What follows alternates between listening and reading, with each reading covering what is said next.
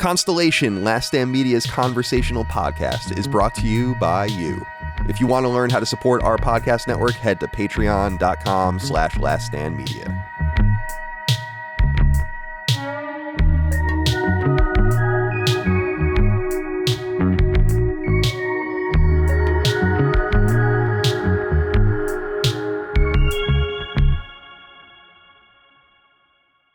Greetings and salutations. Welcome back to Constellation, Last Stand Media's conversational podcast. I actually introduced the show right today. Chris, did you know that when we did the last episode of Sacred Symbols, I called it Sacred Symbols Plus? Oh, I didn't notice. I'm on fucking complete autopilot. My name is Colin Moriarty. I'm joined, as always, by my brother Dagan Moriarty. Dagan, welcome to the show. Way to keep them on their toes, my friend. It's good to be on the show. I'm good. Yeah, everything's cool. TGIF. Of course, I'm referring to the block of programming from the 90s.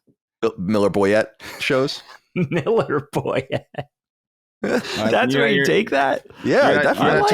You're not talking about the chain restaurant? I am also talking about the chain restaurant. Yeah.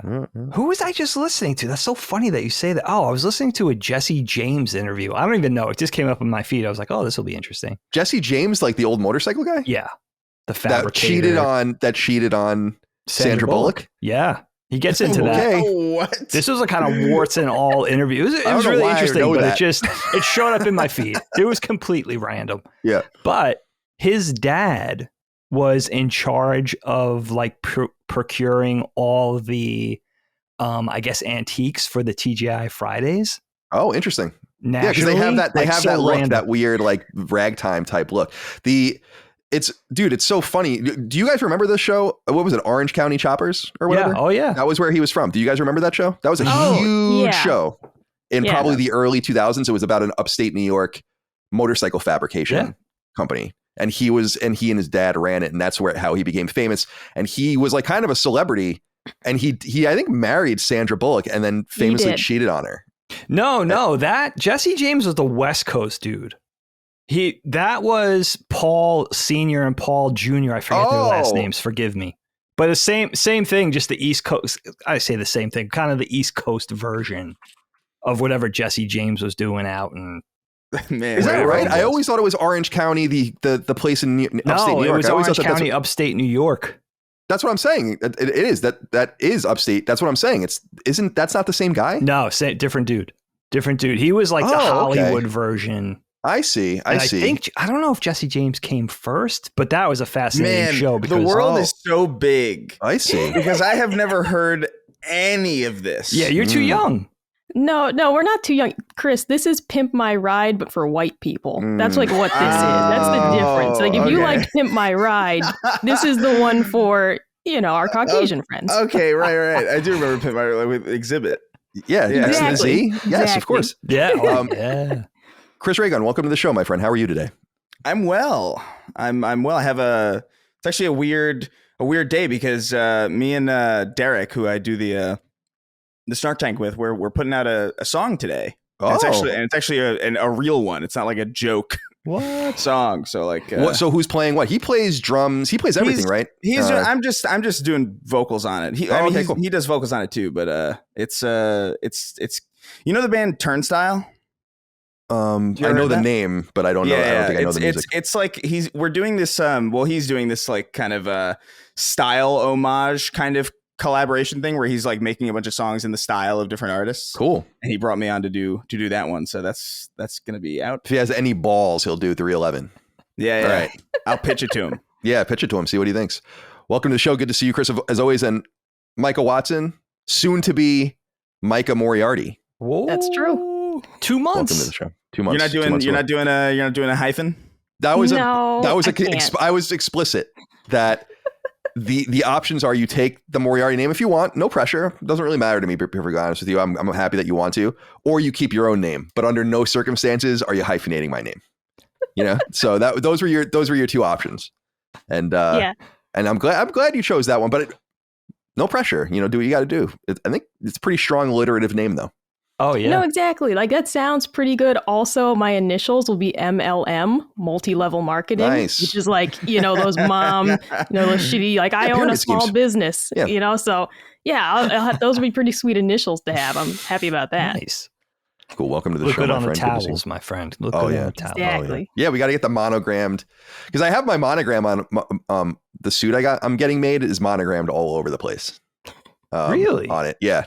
Like in places where you won't see it. Yeah, yeah. I get it. Yeah. And including I think I said this on one of the shows, when you pull the zipper down and pull it apart, it says Event Horizon. It's going to say Event Horizon, where the zipper is. That's so stupid. You want to know? So Micah and I went to this place, right? It was really cool. I think it's 707 Clothing in Richmond. Yes. You have to like make an appointment to go there or whatever to get all this stuff done. And the dude was really nice. He had like this female assistant. And at one point, we were with him for like a couple hours probably. At one point, he literally pulls his zipper down without saying anything and flips it open. And then says, and you can get something here. Yeah. Because his said howdy. Yeah, howdy, I think his said. And so it was very funny. Like it was one of those moves where you had to read the room right, and he read the room right. Right. Because that's that could be a lawsuit for someone else if you pull the move like that. But for us, I was like, oh, that's awesome. Yeah. How old was this? What'd you say? I'm sorry. How old the guy was this? I want to say he was probably in his late 20s, early 30s. Okay. Yeah. He seemed about my age, I think. Yeah. So it wasn't creepy. No. And he was a great salesman, dude. But so the monogram's going to be all over the goddamn place. It wasn't creepy because of how old he was. Yeah. If he was like 70 or something, he was like shambling towards his zipper. It would have been like deeply disturbing. 70 would have been okay. I think that would fall on the other side. But so what's the creepy age then? I think anywhere 15. North of 35, but south of like 50. Okay. You're talking like midlife crisis area. Yeah, I got somehow it just, I got you. All right. 3 things I wanted to ask you guys about real quick before we begin to tell you about. One is a tragedy. I want to just bring this. Micah was out at the supermarket before she doesn't even know this happened. I broke the stem on my bong. Oh, no. How did you do that? We have a marble, or not marble. What is it? Granite marble. Jeez. Granite countertop. And I have a towel always placed down to put like the glassware on, and it just fell onto it and just broke, which is a bummer. It still works, but it's like sharp, jagged edges. I apologize ahead of time, Micah, because I'm going to be at the ER probably in the next few weeks until the replacement comes in. Number 2, I wanted to ask you guys about. Let's go around the horn real quick. Donald Trump's photo from prison. What do we think? Chris? Oh, it's very funny. Oh, sorry. No, whatever. I'm a little bored by it. I thought him getting COVID was funnier. like that was a little funny because that was an entire branching thread of humanity from that point on. You know what I mean? Like that was like a real like any way that could have gone would have been drastically different from like any other way. But like this is like, we got a picture of him, and it was kind of like he didn't smile, which I thought was kind of a lame. Yeah, it would have been funnier if he smiled in it. I've been thinking that as well. Yeah. It's still, I was saying to Michael last night, though, I'm like, how long do you think he practiced for this? Because I was saying this will be, and I was throwing out some names. I'm like, this will join the pantheon of top 10 mugshots of all time, probably. Oh, absolutely. So like, it's probably up there with like Elvis's Sinatra. And all, Sinatra, all the famous ones. Like this is going to be one of the famous ones. Yeah. Yeah. I'm almost surprised they even did it because it's going to, seriously, because he's so well known that you really don't need a picture of him. And it's dude, if I were his people, I'd be like, this is going to be the greatest piece of propaganda ever. Oh, well, that's so go ahead and take the picture, you know? Yeah. Anyway, Dig, what'd you think of it? R.I.P. Bongi. I'm sorry to hear that. Why do they still make him out of glass? Isn't there some kind of like plastic? Or you could make plastic. No, glass is like the supreme one that you want. I understand. The cleanest. Yeah. It's like drinking wine out of a glass, right? You exactly. You don't drink wine out of a Solo cup. I do. Unless you're some single mom somewhere. That's fine. That's fine. Wow. Dude, this image I've seen, thank you, animation community. I've already seen 50 drawings of this scowl. And the first 3 were funny. And then it was like, all right, everybody's jumping on this bandwagon, I just think, to get Instagram views. But like you said, it's already catching on like wildfire. Like that's it. It's pop culture madness now. This thing's going to be in our periphery for like weeks. Yeah. Micah, what do you have to say about it? No, it's hysterical. These memes, they're killing me. The one where it's like his face and it's like the cashier watching me hit no tip. Yeah, I sent that one. That's the one I sent to everyone last night. Yeah, I sent it to Chris too. This one. Yeah, no, that was hysterical. That's a good one, yeah. The memes are killing me. I love my memes. Chris knows very well. I love my memes. I send Chris maybe one meme a day. Do you really? Oh my God. And I limit it. I limit it. Does, and it's always like I am so genuinely confused, right? Because they're so hyper. Like I don't even know where you would find half of these. Like there was this one. Like they're often Seinfeld themed, but there was one that really took me aback, and it was like, let me see, wait, yeah, it was the Hebrew national sausage thing, where it's like I'm sorry for everybody listening, I can't explain this.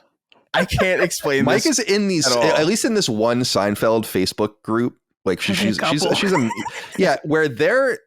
Listen, I know Seinfeld, and I consider myself, and Chris does too. I consider myself, and both of us, really amongst the peak of Seinfeld fandom. How many times you've seen it, how familiar you are with it. Yeah, scholars. You really have to take the cream of the crop people from that group to even, and then they have to be like maybe a little bit autistic for the meme factor or whatever. And then you get these mega specific memes where I'm like, this is so insane. But that's specific what does this meme well. is. Because my best meme in that group was about McFlurries. Okay, it's the scene where you got Dad Costanza, and he's like, you got the A, the B, and the C cup. That's the biggest, whatever. And he's saying like, you got the Oreo, the M&M, and the Rolo McFlurry. That's the best. That's the best meme that I did in that group. I got like the most reactions. It got really heated. Like they were going to turn the comments off because people were getting upset about the controversy that I said the Rolo McFlurry was the best. That was a whole other thing. But like, that's what does really well in the group. You got to be hyper specific. Like that's what gets you your likes. And it's never like the obvious big scenes from the show either. It's like these really like small, there's one that you sent me that I really loved where it's the one where George gives the cashmere sweater to Elaine. And it's but the cashmere sweater is a PNG, and it's like, is this a PNG? It's like, of course it's PNG. And then George, and it's like, it's the fake PNG with the fake transparent background on the back. Yeah, that doesn't go away. I love it. I have a third thing to say. This is controversial, but I have nowhere else to say it. Why is it such a big deal that Charles Martinet is no longer doing the voice of Mario? Okay, we talked about this. I know you guys probably talked about this on Punching Up, but I just wanted to say it. He said yippee, wahoo, and it's a me, Mario. He wasn't giving soliloquies and these crazy. Well, he also don't discount so long gay Bowser. Exactly. We wouldn't have that without him. True enough. I was reading a little bit about him this morning, and I didn't realize how long back he went with them. I thought it was during like the N64 era or something like that when they actually needed it, but it's way before that. And that's what I don't know. I just find it so funny because I was talking about this with Micah, and I think I mentioned it to Dustin where I'm like, this is like David Hayter no longer doing Solid Snake. I don't think so. Like Solid Snake says more in 2 minutes than the lines this man is delivering. Did he ever say a complete sentence as Mario? That's a good question. I don't think Absolutely. so. Absolutely. There's got to be like some promotional material or something. Well, that's how he began, which is funny. And so I'm sure from that era there is, but I'm just saying in the games, I just find it so perplexing. It's very cool and cute. And dude, I've told you guys, I was in an elevator with him once at maybe I didn't say this. I was in an elevator with him once at E3 with our camera crew and like some foreign camera crew. And they were like having him do that. Like, I don't know if we were in the shot or what was going on with this thing. That's like my memory of him. Just like I peed next to Miyamoto in a urinal once. Right. That's my claim to fame with Miyamoto. Love it. But Charles Martinet, I just wanted to I had to say that somewhere where it made some semblance of sense. I'm like, I don't know, man. You have somebody who's been the voice of a very, very important character for as long as that character has had a voice, for as long as it has been. I get why it's kind of like at least. I don't think it would manifest into such a big deal. Like, I don't think like future games are going to necessarily suffer because of it, but it's, it's something to take note of. Yeah, it's Mario. It's the dragon from Skyrim. It's a Mario. But I mean, they said this years ago, right? He's more recognized internationally than Mickey Mouse, right? So it's like the most important character in culture, and this is the nerd culture community, right? Like these are the same people that, I mean, these are gamers, right? It's like, it's the same as Star Trek fans. These are emotional people. These are nostalgic people. He's inexplicably tied to this media franchise. So, but I think it's a classy move on Nintendo's part to keep him organized on the whatever he's going to serve. Oh, it's very Japanese, dude. Or whatever. It's very Japanese, window facing job. Yeah. As they call it, Smart too. Yeah. I think it's, Japanese companies are pretty ruthless, but apparently if you work hard and are valuable, they'll take care of you, and he should be taken care of. Hey, let's go around the horn real quick. Odds Chris Pratt is authentically going to be the voice of Mario moving forward. Chris. No. What? Dagan. We talked about this on Punching Up. I think it would be a baller move to pay for Chris Pratt to do every intonation of Mario, but no company has ever done that. Right? Even like said character in a Disney feature is never the same voice for the TV, like Little Mermaid. Right. Of course. Even Disney never did that. So I think it would be amazing to finally do that, but it's never been done.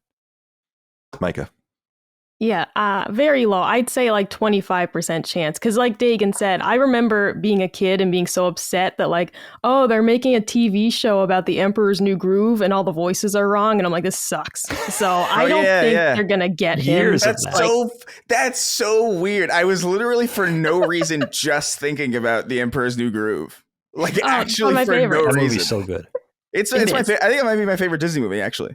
But it's incredible. But I remember that because Eartha Kitt and what is it? Eartha Kitt and Patrick Warburton were in the show, but David Spade was too busy. Yeah, and John Goodman wasn't in it. Yeah, John Goodman came in for like season 2 or something. David Spade.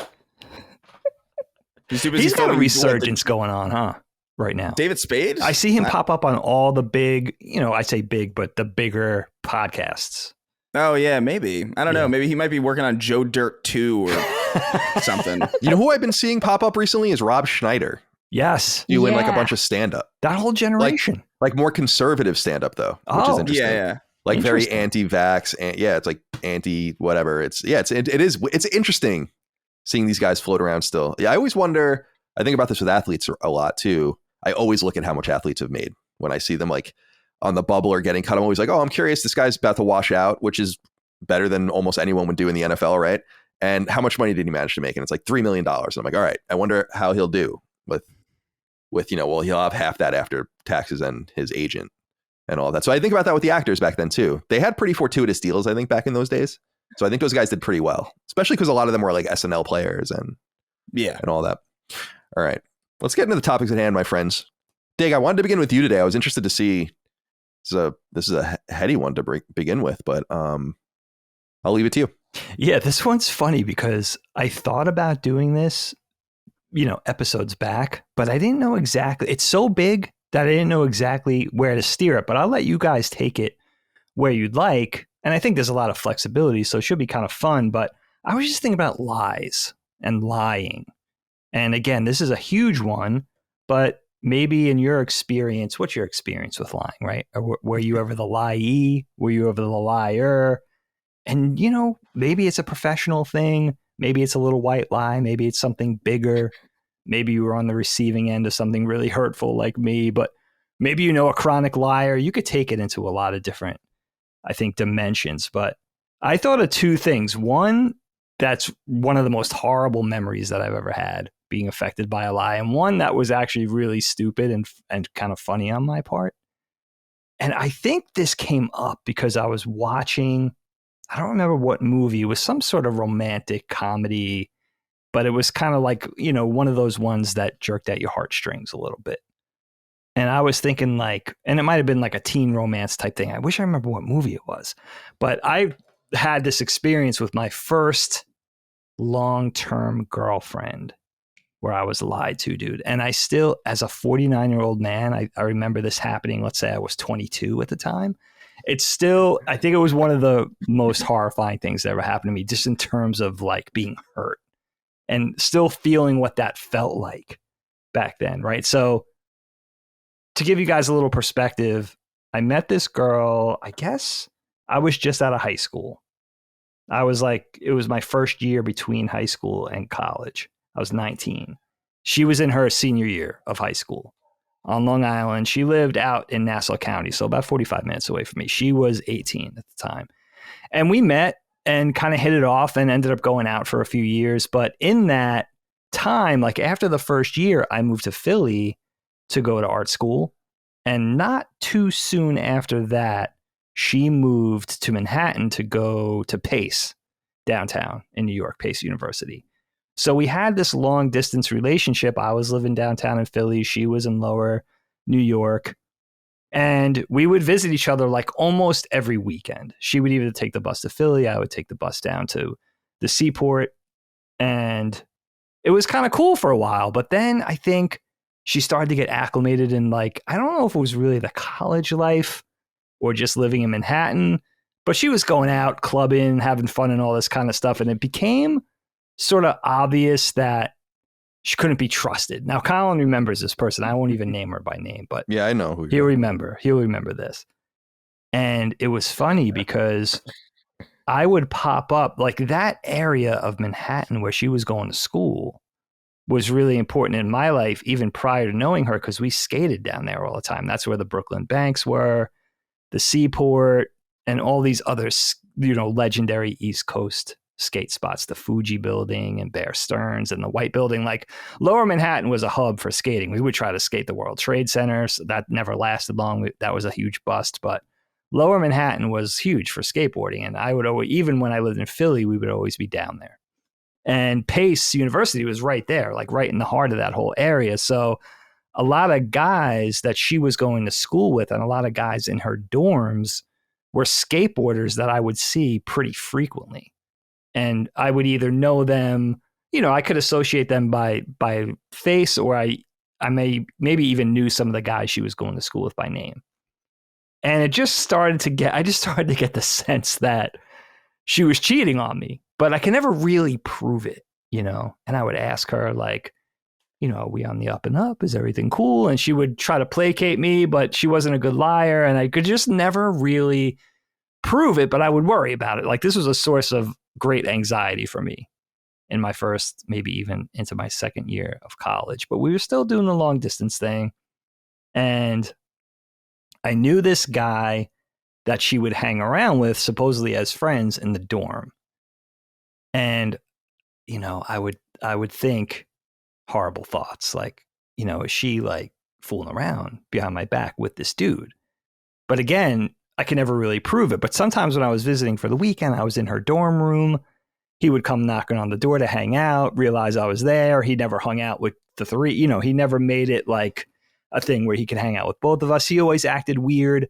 But again, I can never prove this whole thing out.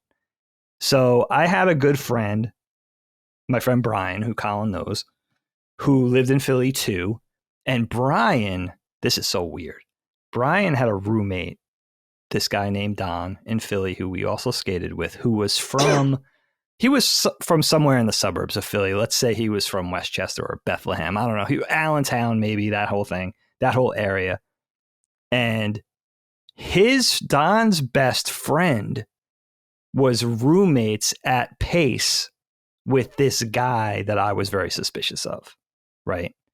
So there was this weird connection with everybody. So I came to Brian's apartment one day, and Brian and I were just kicking it, hanging out after skating, and Don comes home. And he's like, dude, Dagan, I got to tell you something.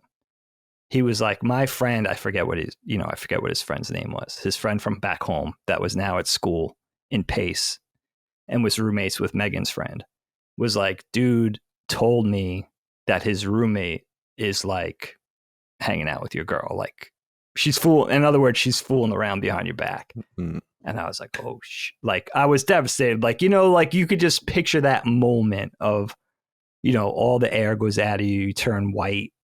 And I was like, holy shit. And I remember grabbing my board. Is there also like a vague hint of satisfaction being like, I knew it? No, you know what I mean? Because I didn't want to believe it, dude. I was like, I think Colin had a very similar experience with like one of his first girlfriends, but I was at that stage, and maybe you and Micah can relate. Maybe you've been in this boat too. But I was in this weird like state where I was really codependent on this girl. Oh, yeah. Like I did not want to believe it, and I could not even imagine how painful it would be if I found this out. Like, I just really I was burying my head in the sand, really, ultimately, is what it was. So when I found out that this couldn't be a lie, because no one had any stake in telling me something that wasn't true. These people were all kind of independent of anything. They were just kind of bystanders, right? So I remember grabbing my board. Brian lived like way across town. He lived in like Center City, and I lived up in like the Northern Liberties area. I remember skating home, devastated. I might have even been crying. I was just like a bat out of hell. I have to get home to my apartment to get on the phone and confront Megan about this. I just remember how shitty it felt. You said I just remember twice that. now. Oh, okay. This was like, oh, sorry. That's okay. That's okay. all right. We won't say last names. Yeah. Okay. Megan F.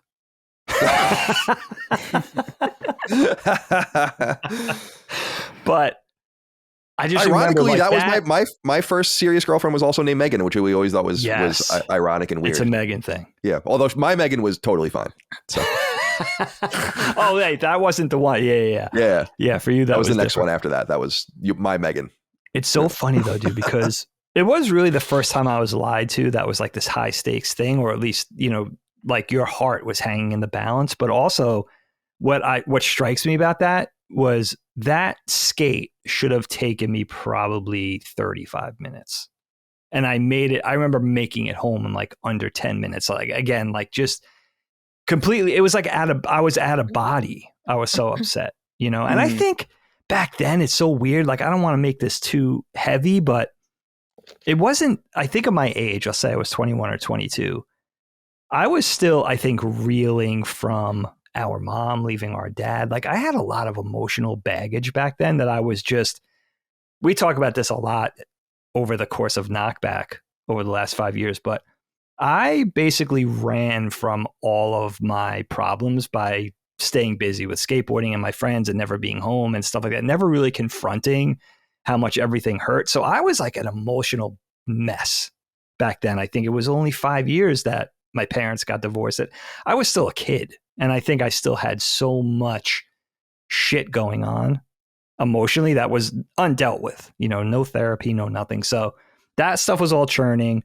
And when I confronted Megan, she lied to me. And then, what happened on that first phone call and then the following conversations was sort of this, I don't know, the whole like system of like lying at first, but then knowing she was caught and the other people involved. And it was just common sense that why would these people make this up? That whole thing. And of course, the relationship from that point on, I think we tried to make it work out, but it never really did because the trust wasn't there anymore and stuff like that. So that shit I just remember that. And a lot of people could, it's like a first breakup, a first heartbreak, that type of thing. I think a lot of people could remember that. It's especially the first time you go through it, because it feels like the end of the world, right? Just feels like that's it. Like, I'm done. Like, I'm finished. I'm never totally. It really does, dude. Yeah. It's so crazy. I'll never recover. It's so funny when you think back at it. Where am I? That's going to be it. If I could have talked to myself now, like then, I'd be like, man, are you kidding? Right. Like, you won't even remember what this feels like. That's how clueless you are right now. But nonetheless. Yeah. And time heals all wounds, that type of thing. But you don't realize that when you're going through the throes of it at the time. And I think it gave, that was the whole thing, was a shame, because it, like a lot of us, it's going to happen at some point, right? Where there's deception, all that sort of thing. But it really gave me trust issues for a long time. In fact, I dated so many girls. I just kept it very Gene, where I was just like, just kind of like playing the field. Like, I was just like, I would hang out with a girl. We'd hang out for a few weeks, move on to the next girl. And it wasn't even necessarily a sexual thing. It was just like, I could never really bring myself for a few years after that to really trust someone in order to get like involved on a deeper level, and she kind of brought that, but I just remember like feeling so devastated. And then the months following of visiting her and her visiting me and feeling like when I leave again after the weekend, now what's going to go on? I think that was the other weird thing, was not only that it happened, but trying to keep going in the relationship. Like, it felt like a phantom of what it was before. Like, why are we even trying? Like, it's broken. Can't fix it. you know? And then before I throw it over to Micah, I'll tell you a funny one. And this is when I learned my lesson. And I don't even remember what the basis of this was, but I remember meeting a girl at some point, and there was some sort of misunderstanding. I was wearing like I was into like the University of North Carolina or something. Like I wore all the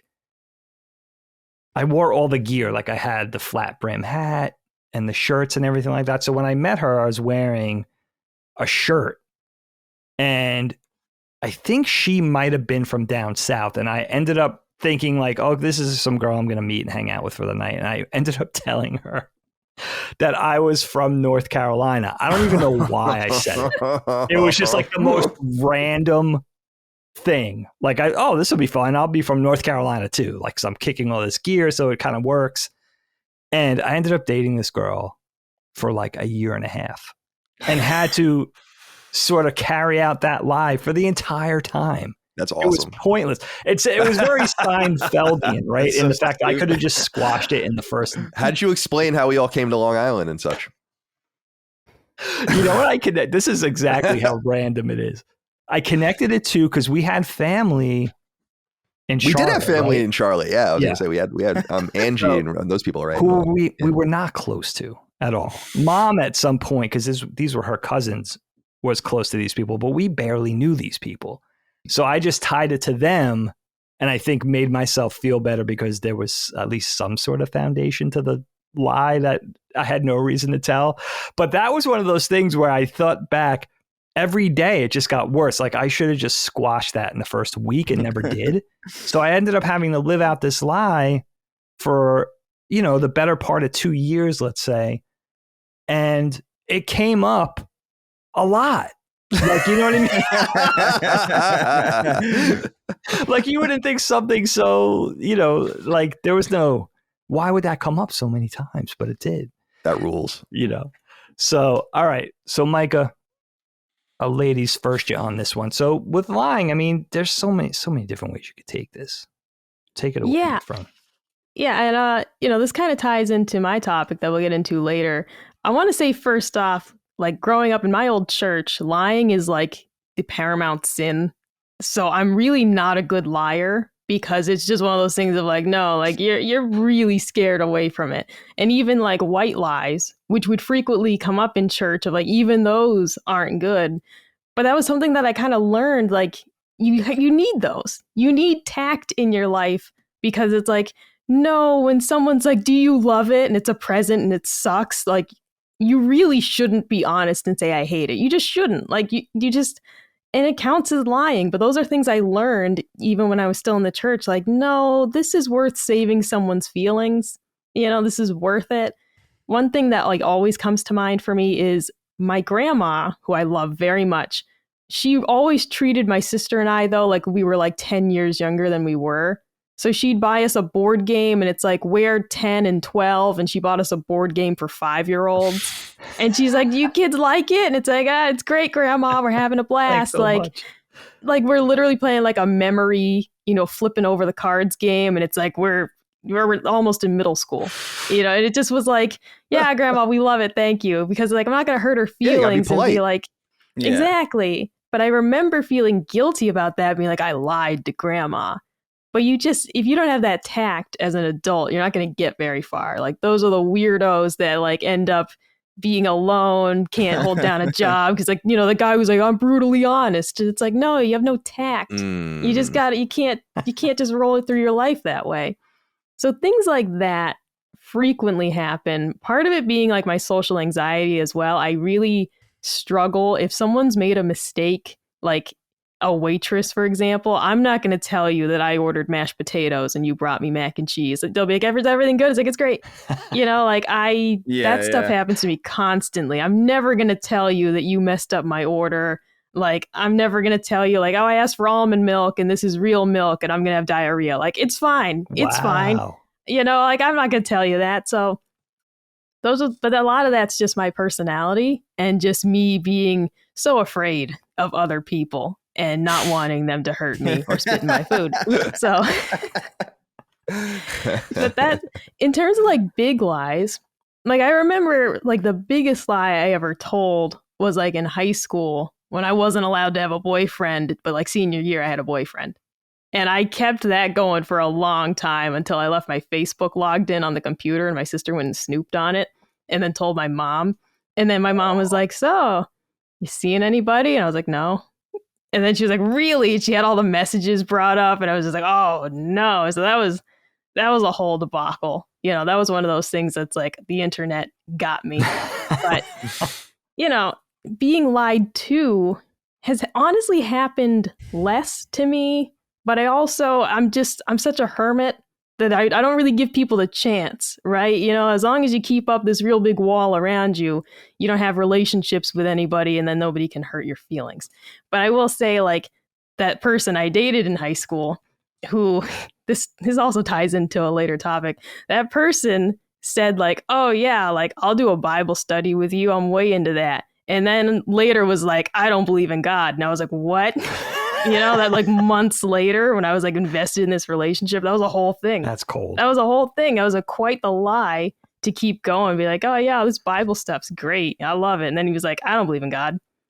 And I was like, well, that's, you know, that was a whole thing. Wow. That ended up being quite the, so, you know, otherwise though, it really is just for me, the daily politeness that I run into dealing with stuff like that is the majority of what I'm handling. You know, it's because I really do try not to lie in anything serious because there's just no point to it. Like if I lie to Colin and be like, oh yeah, I really like, you know, this thing. And it's like, well, we're going to be together hopefully for the rest of our lives. If I didn't like something, it's going to be a problem for me to deal with it for 50 years.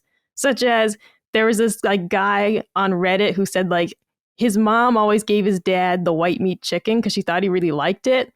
And like before the dad died, he was like, I fucking hated white meat chicken. Like he never said anything. Like he suffered for 50 years through that. Crazy. So like, that's insane. That's insane. It's not worth it, right? It's just not worth it. And I can't suffer through stuff like that. And this is like, I'm happy when Colin tells me if he doesn't like something at dinner, for example, because I don't want to cook it for 50 years and then find out like I hated the sweet potatoes. That's like, my calculation is like with things that we can control, like food, on the rare occasion where something comes up where I don't like it, it's like, you got to just say it, man. Oh yeah. You know? Yeah. Like, not because the technique's bad or whatever. It's just like there's one ingredient here or there that we don't like, and we know that, so we don't run into that in the future. I do think that there's like things that people need to learn to tolerate in relationships that they can't really change or whatever, that you circumvent. That would probably be lie by omission, you know? Yeah. But that's also different too. Like, exactly. Like, I'm not the type of woman who's going to say, you can't leave the house in that shirt. I've never been that type of person. I am very free going with like, no, dress yourself the way you want. I'm not going to be embarrassed to be seen with you if you're wearing your Zelda Triforce shirt and your khaki cargo shorts. Like, you know, be free.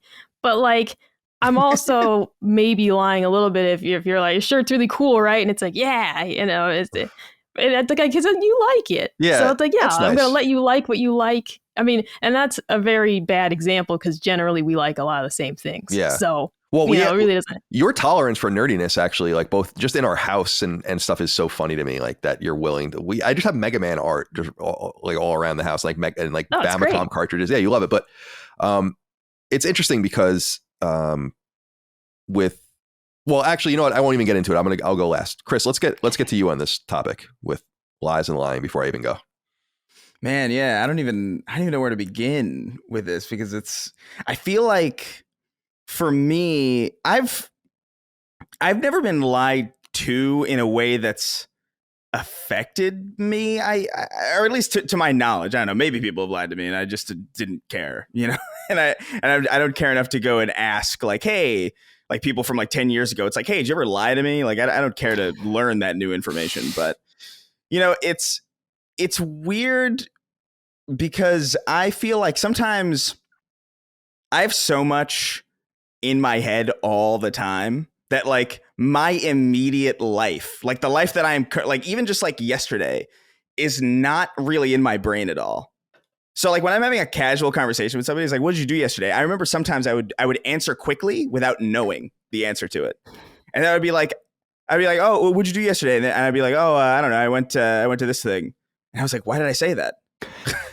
I didn't do that. I don't know what I did yesterday, but it wasn't that. And then I can't be like, oh, I'm sorry. I said a fake thing because I couldn't remember my own life, because then I would sound insane. And so then I would have to answer like what this concert was like. and so like I've had those moments in the past. And then sometimes when, I don't know, doing a podcast like the Snark Tank, where it's all very like riffing and you're kind of like improvising a lot. Like improvising is literally just lying. So like you flex this weird muscle where you just like make shit up to make your friends laugh. And I had this problem for a long time where my first answer to any question or any conversation was just whatever I thought was funniest. Or whatever I thought would be the most entertaining answer to that question. And so it wasn't necessarily like malicious lies, but it would be just complete fabrications with no purpose. That I would find myself in these weird situations where people were like, oh yeah, you went to that thing, right? It's like, yeah. Yeah. And then I couldn't remember if that was true or not. Like it got to that point sometimes, but I don't know. I feel like when I was little, I remember like, because when you're a kid and you learn that you can just lie, that is a really scary amount of power for a kid. Like children abuse that shit like crazy. I remember specifically like, cause my mom, my mom was like really like, she's like a spiritual person. So she believes in all this stuff that I don't necessarily believe. Even back then when I was a kid, I didn't really believe in. So I remember specifically there was this big, not like a bouquet, but like a lot of like cookies. And I ate a ton of them. Like just a ton of them. And my mom was like, Christopher, did you eat the cookies? And I'm like, no. And she was like, what? Well, your dad doesn't eat these. I don't eat them. You're the only person around. You must have eaten them. And I remember specifically being like, there's so much that we don't know about the universe.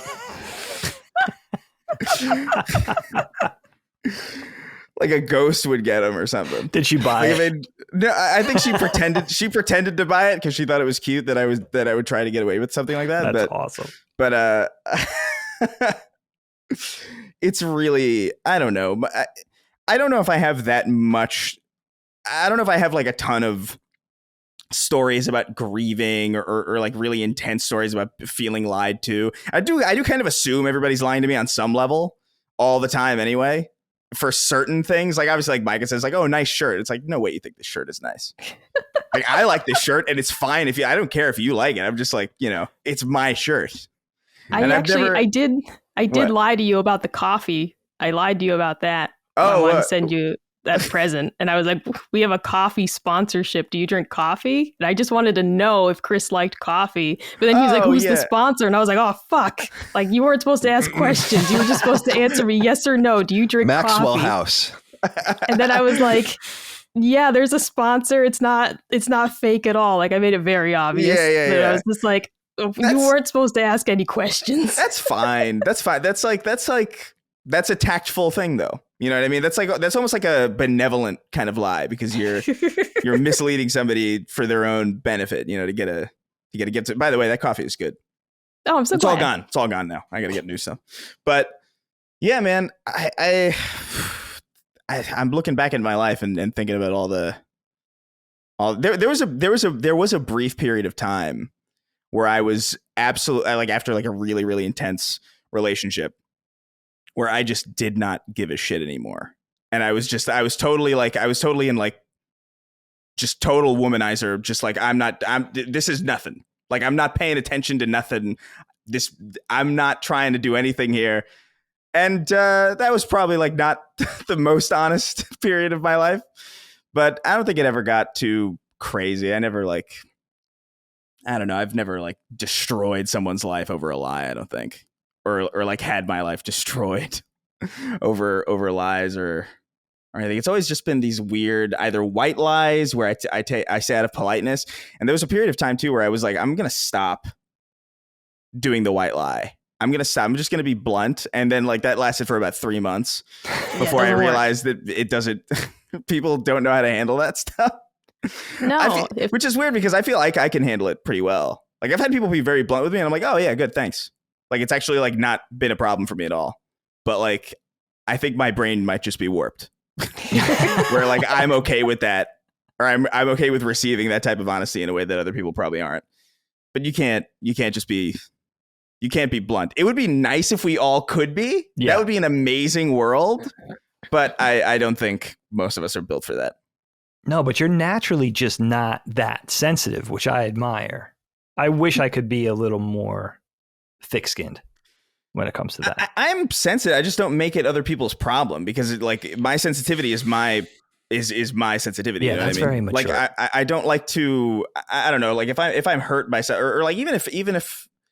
I don't know, like Micah said, like getting a gift from a grandmother, you know what I mean? Like where it's like it clearly sucks. To the point where I'm actually like really excited to be old and like give my kids or like give my grandkids like purposefully cool shit. Stuff. Like no, just like like genuine garbage. Like here's a Jax. Yeah, like like I would be like here's what we used to play with me and Danny O'Dwyer, but down by the creek. I just realized Danny O'Dwyer is a real person. Yeah. Is that what our grandparents were doing? That's a fictional name in my head. Why didn't they think of that, though? Why did our generations come up with that sense of humor? Didn't they think of that? No, I don't think so. Maybe they were playing us. No, they were pre-ironic, I think. That's the thing. That's exactly right. I was going to say they weren't as funny as we were. Think you're right. No, Grandma meant very well. She just sucked at buying presents. They were like everything came from a tag sale. It was just like, oh, thank you for this used Beanie Baby with a stain on it. I'll cherish this always. Like the whiskers are missing. Yeah, like a crusty stained Beanie Baby. Well, they stopped being kids at like 6 years old. Right. And then went to go. My first job was when I was 9. I worked the tie counter at Macy's or the coal mines. It's like, I used to bludgeon rats in the steel mill. Like, I don't know, man. Like it's a very different. And there is like an element of just like I am really excited. I know this is veering way off topic, but I'm so excited to be old because what a weird generation to be old. Like what a weird group of people with such a specific sense of humor to be rotting in a fucking home somewhere playing split screen fucking I don't even know Tetris Effect in VR and fucking saying like how are the mashed potatoes, Mr. Maldonado? It's like, well, this shit's bussin'. Like I really can't fucking imagine it because like there's an element of like I feel like older generations let go of their not entirely, but like I feel like a lot of older people that I knew that I grew up around seem to have like I can't imagine them being the way that they were as old people as kids. Like they definitely like became docile.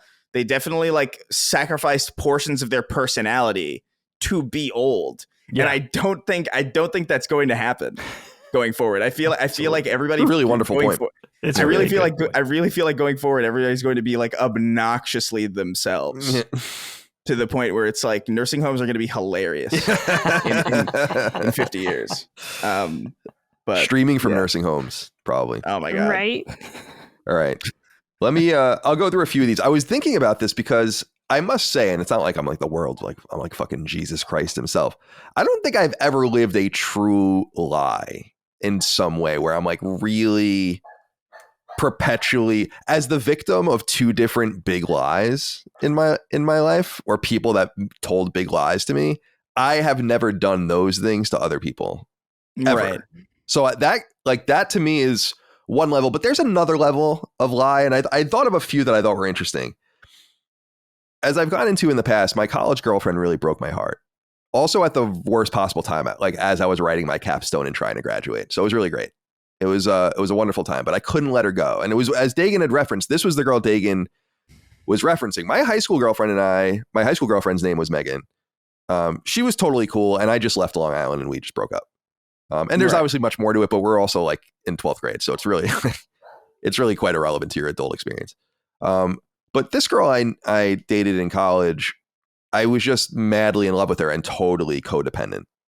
And Yeah. Codependency is an interesting thing that I think Dagan and I were tuned into because our dad was like really codependent and went to CODA, which is like Codependence Anonymous. And it was like something that we kind of grew up around. Yeah. And like where they give you coins and shit, just like if you're in AA or whatever. And my dad, like, you know, recovered or is recovering or whatever from that. And it's the idea of needing someone to need you. And that's like the most basic way that you can put it. It's really the cycle of one needing the other person, needing the other person, needing the other person. But it's really at its very base, like this almost parasitic style of a relationship where your whole function is you in the relationship and the reaction to that relationship. And that was definitely me in college with my girlfriend. And I really regret that, not because it was a bad time or whatever, but just because I missed so many opportunities and could have had so much more fun. And I'm not talking about being with other women necessarily, just like I could have just opened myself up much more. I was just really miserable a lot of the time because I was always so upset. But when I was so that last semester, we finally broke up, and my mom, especially, who remember was working and taught at Northeastern at this time, when I was going there, was there, right? So she was kind of up my ass a little bit about some things and was worried about me. And I, from that point forward, had told her that we were totally done. But in reality, we both moved to California after we graduated. She moved to Southern California and I moved to Northern California. And we still had this dalliance for probably another almost year or so, where she would come up there, I'd go down there, and all these kinds of things. Mm-hmm. And it was much looser or whatever. And there was no real expectations, I guess, at that point. It was clear that we were just kind of like letting go. And those were the last times I saw her, more than 15 years ago. But I never told anyone that I was doing that except for one person, and it was Dad. Because I needed someone to know like where I was and what I was doing. So Dad, the entire time, and to his credit, never said a fucking word to anyone. Knew, like, out of everyone, that like, no, I'm not done with this girl. And here's what's happening and all of these things. And yeah, I'll be down there for a little while and she'll be, and so on and so forth. So that's like the first time I've really ever talked about that, I guess, publicly in some way. Is I guess that would be like the biggest example of a lie that I was living, where it was like my mom would call and I'd be in San Francisco and be like, oh, what's going on? But like none of that shit would ever come up. It was lie by omission, basically. Right. And, or like she would call and I'd be there, you know, I'd be like in LA or something, and it'd be like, oh, how's everything going? I'd be like, oh, good. You know, but in the meantime, I'd be off and just not there. So that's probably the closest I got. But that was me both being young and unable to balance like my family's concern for me with the reality of this, and how I was really just a glutton for punishment. And then really in hindsight, I think that she was responsible for a few bad things, but I also really just kept putting myself in these positions where she made it very clear, you know, that it didn't mean as much to her as it meant to me or whatever. So that I wanted to bring up, and I thought that was interesting. And then I love what Micah said earlier, and I wrote this down in my notes about just tact. I mean, that's it's a social ability. It's an evolution to be able. I was thinking about this when I was preparing, like through the context of dogs. Like, can dogs lie?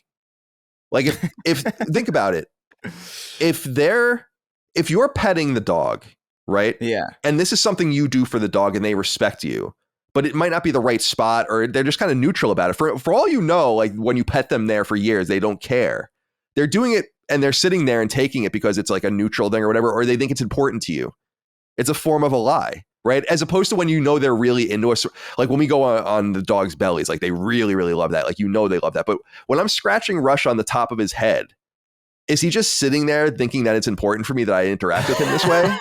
And if so, that's a form of a lie. Yeah. Yeah. Because he's doing it because he cares. And I just think, so I guess what I'm illustrating is that it's a social evolution, and tact is the perfect word. And Micah, you'll know, and this is what I was going to bring up earlier, but I didn't want to just get down this road quite yet. I just thought maybe I would go when I went. So that's why I wanted to hold on to it. But is I specifically told Micah, like, it's cool, the white lies, whatever, we keep the peace kind of stuff, fine.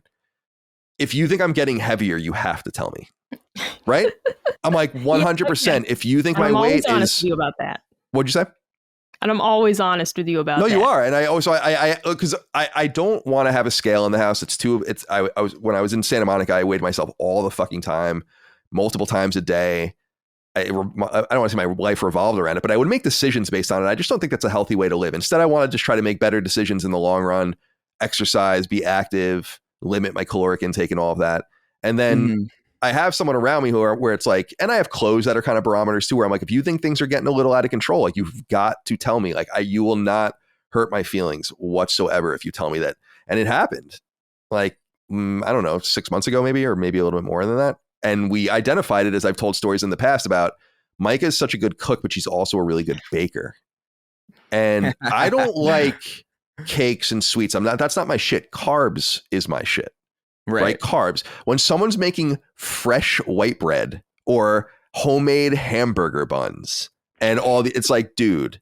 So it wasn't her fault per se. It was just that these things were always around. Thus, I would make everything into a sandwich. Right. So like whatever we were having, pork sandwich, chicken cutlet sandwich, blah, blah, blah, blah. And so we just cut that out. And I think I kind of went back down to, I probably had gained 5 to 10 pounds, maybe, let's say. I don't know what it was. But is that accurate, Micah? An accurate retelling of the story? No, exactly. Because it was just one of those things of like, yeah, you got me a KitchenAid mixer for Christmas, which was like a lifelong goal. I always wanted to have one. And yeah, I started baking the bread. But part of it too would be like, I would offer a dinner, but you would say that you wanted something, and I knew you were asking for something that could be made into a sandwich. Like I'd be like, I could make meatloaf tonight, and you'd be like, can we do burgers instead? And it's like, we went like months without eating certain foods because like if it wasn't something that could be a sandwich, Colin didn't want it. And he didn't say that, but it's what was happening. I was like, oh, I could make meatballs. Colin loves meatballs, but it's like, no, I'd rather have a hamburger. Like, you have a meatball sub. Sure? Yeah, meatball sub would have been fine. The burgers are good. The bread, you have a real touch with baking. It's a problem. I don't understand. I know Ozempic and all these things are happening. I have no interest in that, but it's just so weird that there's nothing you can take that just negates this stuff. Like, where's the medicine? Where's the real medicine? Well, you could take white kidney bean extract, which is supposed to block your body's absorption of carbs. However, really? I don't know what the side effects are of that. We used to sell it at GNC, and it was popular with people who were like pre-diabetic to try and like stave off some of their carb absorption. But I am not making any medical claims because I don't remember what the side effects were or anything, but that exists. It makes you blind. Oh no. Yeah. That's what happened to Chris. Yeah, that's what happened to me. That's why I'm so thin and blind. The only other thing I can think of like me being duplicitous, I think, was that it was more about lying about things that are just none of your business. I remember when I broke up with an ex of mine and we had gotten back together. We got back together later, which made this complicated. But I was dating someone in between, and she would ask, like, are you dating anyone? I'd be like, no. Like, no, I'm not dating anyone. I'm not seeing anyone. Like, but that was not, it was just like, it's none of your business what I'm doing. Right, that kind of thing. Yeah. But then when we got back together, it became very complicated because it became clear that I had lied about that. Yeah. It's almost like you put yourself into a lie. Right, exactly. Where it's like, that's uncomfortable. I backed into it. I've been there, yeah. But I generally, it's not that like I've never told lies and white lies and stuff. Of course. But I generally have been pretty wary since I can remember of the repercussions of doing that in some sort of systemized way, right? Where it says everyone has described the lie upon the lie. It is classic that you have to lie to protect the lies, and they build upon each other because everything you're talking about thereafter is a lie. Yeah. And it's true. So I try to not put myself in those serious positions. So when it comes to like work or money or something like that, it's like I've never fucked around with that stuff. I really never did. And but when it comes to, I guess, relationships and interpersonal stuff, yeah, definitely. I've definitely lied. I just don't think I can't think of the biggest lie I can remember. Like the biggest lie was the one I described about my girlfriend after college, like where I was just living kind of another life that just most people didn't know about.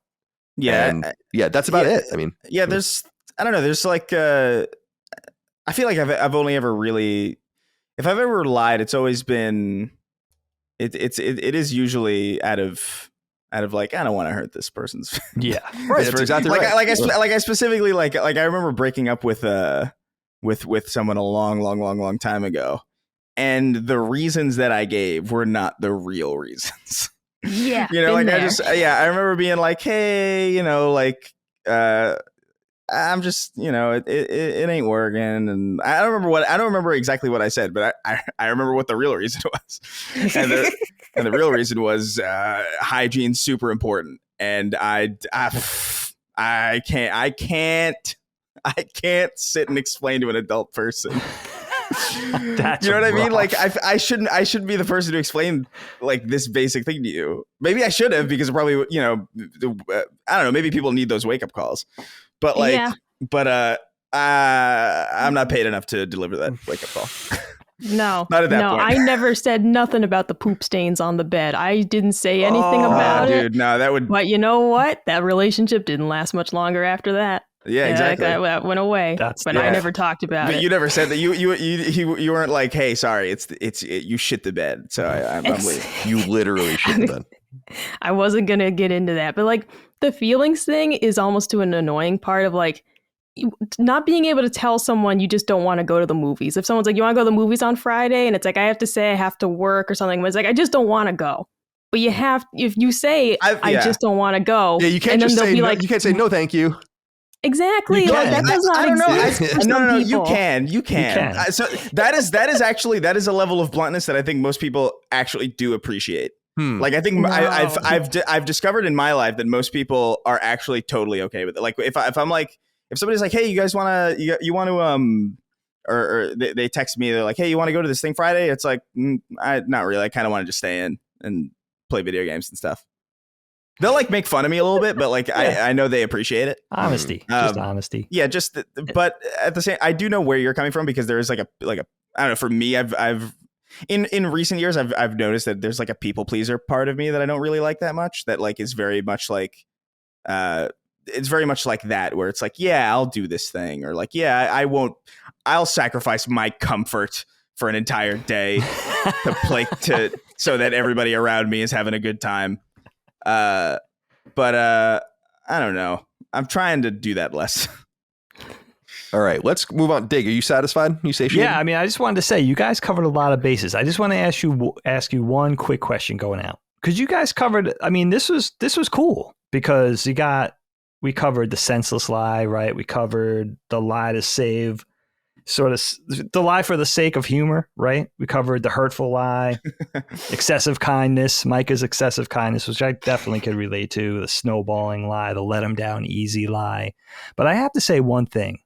This might be kind of tapping into my dark side a little bit, and I very rarely ever had to do this, but I feel like, and they say this is a Sicilian thing, and I don't know if it's true. And I want to see if you guys feel the same way about this. I think if I ever had to lie out of necessity or for the sake of some sort of self-preservation or something, I could definitely very easily pull off a lie, because it's just acting. I know that I could sell a lie, and I'm not proud of that, but does it come easy to you guys too? And I don't want to, because I want to be the good guy, and I love protecting people's feelings, and I definitely have that people pleaser thing too. But I know what Chris is also saying, because that resonates with my side of, well, you're not being genuine or authentic, but still I'd rather make at least the people I really care about happy and kind of sacrifice a little of my own happiness. But do you guys find it easy to lie, or do you find it difficult? I'll go. I guess I can go first and say that it depends. I would never just launch a random big lie on, like, how do I put this? It's like it wouldn't be unmeditated. If I was going to tell you a big lie, it would have to come from the gut or the heart or the mind, where I've really pondered and it comes from somewhere. I'm not going to just, so in that case, I guess I would be prepared, because there would be some sort of reason. I would be incapable of telling you like a huge lie without premeditating it, I guess, right? Yeah. Like, well, what? Yeah. We have the scenario in which the first time that I told Colin I love you, and he said it back. Okay. And the next day I said, I was so nervous, like that you were just gonna, like we were gonna have a situation where you just said like thank you or something, you know, like what if it was the wrong time? And Colin said, "Oh, I would have said it back no matter what." And so that's just one of those things. But I can never know. I can never know because he was ready to just say it regardless of if he meant it or not. So for the rest of my life, I'm like, I don't know. That's so funny. You can never be That's sure. So fucking funny. I love that. But what I was saying, because then you're claiming that I'm telling you another lie there, because what it was in the context of, yeah, I told you I loved you back because I do love you, but I would have said it even if I didn't in that moment. Do you understand how Larry David that is? Like these aren't things you tell people. Micah says to me a lot, "All right, Larry," when I say something to her. So yeah, that doesn't mean our Larry. No, not our Larry. No, it's Larry David. Our stepdad is Larry. No, that's so funny. Larry the Fed. No, that's not what we mean. We mean Larry David, of course. All right. I would have said it anyway. Yeah, I'm sorry. I'm sorry about that. Chris, do you find it easy to tell a lie? I think I'm with you where it depends. Like I would if I feel really strongly that it's a lie for a good reason, and like for like that's not necessarily just for me. Like if it's meant to like, you know, specifically like ease a burden on someone else or make somebody else feel a little bit better, then I think I can do it. If it's just like off the cuff and purely selfish, I don't think I could sell it all that well. You know what I mean? Like I think I could improv a lie pretty well, but like it would make no sense. It would just be that's where the humor part of it kind of breaks it. Like I think it's corrupted my ability to lie authentically because the first instinct is just whatever's funny or like whatever is most entertaining, and that's oftentimes the least believable. So like no, not off the cuff. I would have to premeditate it or it would have to be like for a reason that I thought was not only justified, but I think I guess somehow positive despite the fact that it's a lie. Yeah. We're getting buzzed by a helicopter here. They're coming for me. Are you really? Really? Ghetto bird. Yeah, helicopters come over our neighborhood every so often. I don't know. There must be like some sort of flight. It could be like my neighborhood. They could be checking for unsolicited sheds and pools and shit like that. They really do that here. They're checking for lies. They're gonna arrest Colin for lying. Yeah, I know. They're like they're kicking into my window. This window right here next to me. There's a window right here. Can you fucking imagine? Come repelling. Just like a megaphone, like Colin Moriarty. We heard you lied once. You know what, though, Chris? I bet during a podcast at this point in time, there's been a SWAT raid during a podcast. It has to. There are definitely there are SWAT raids during Twitch streams on a fairly regular basis. Yeah, it has to be a thing. No, people get swatted all the time. Yeah, it's fucked. I sometimes have thought, should I get in touch with our local police department and say like, because some people say that like you should have this in your records or whatever in case you don't stream enough really to no not stream, but just generally being people, just creators and people that are out there get swatted on just generally speaking. I didn't know that. I didn't know that.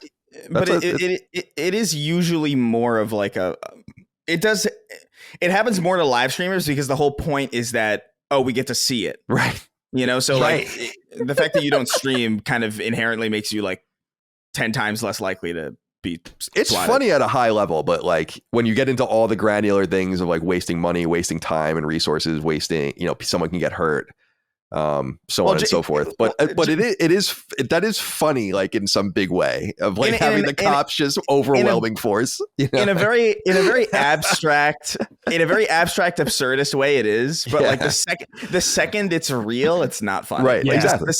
The second it happens in reality, it's like on a TV show that's hilarious.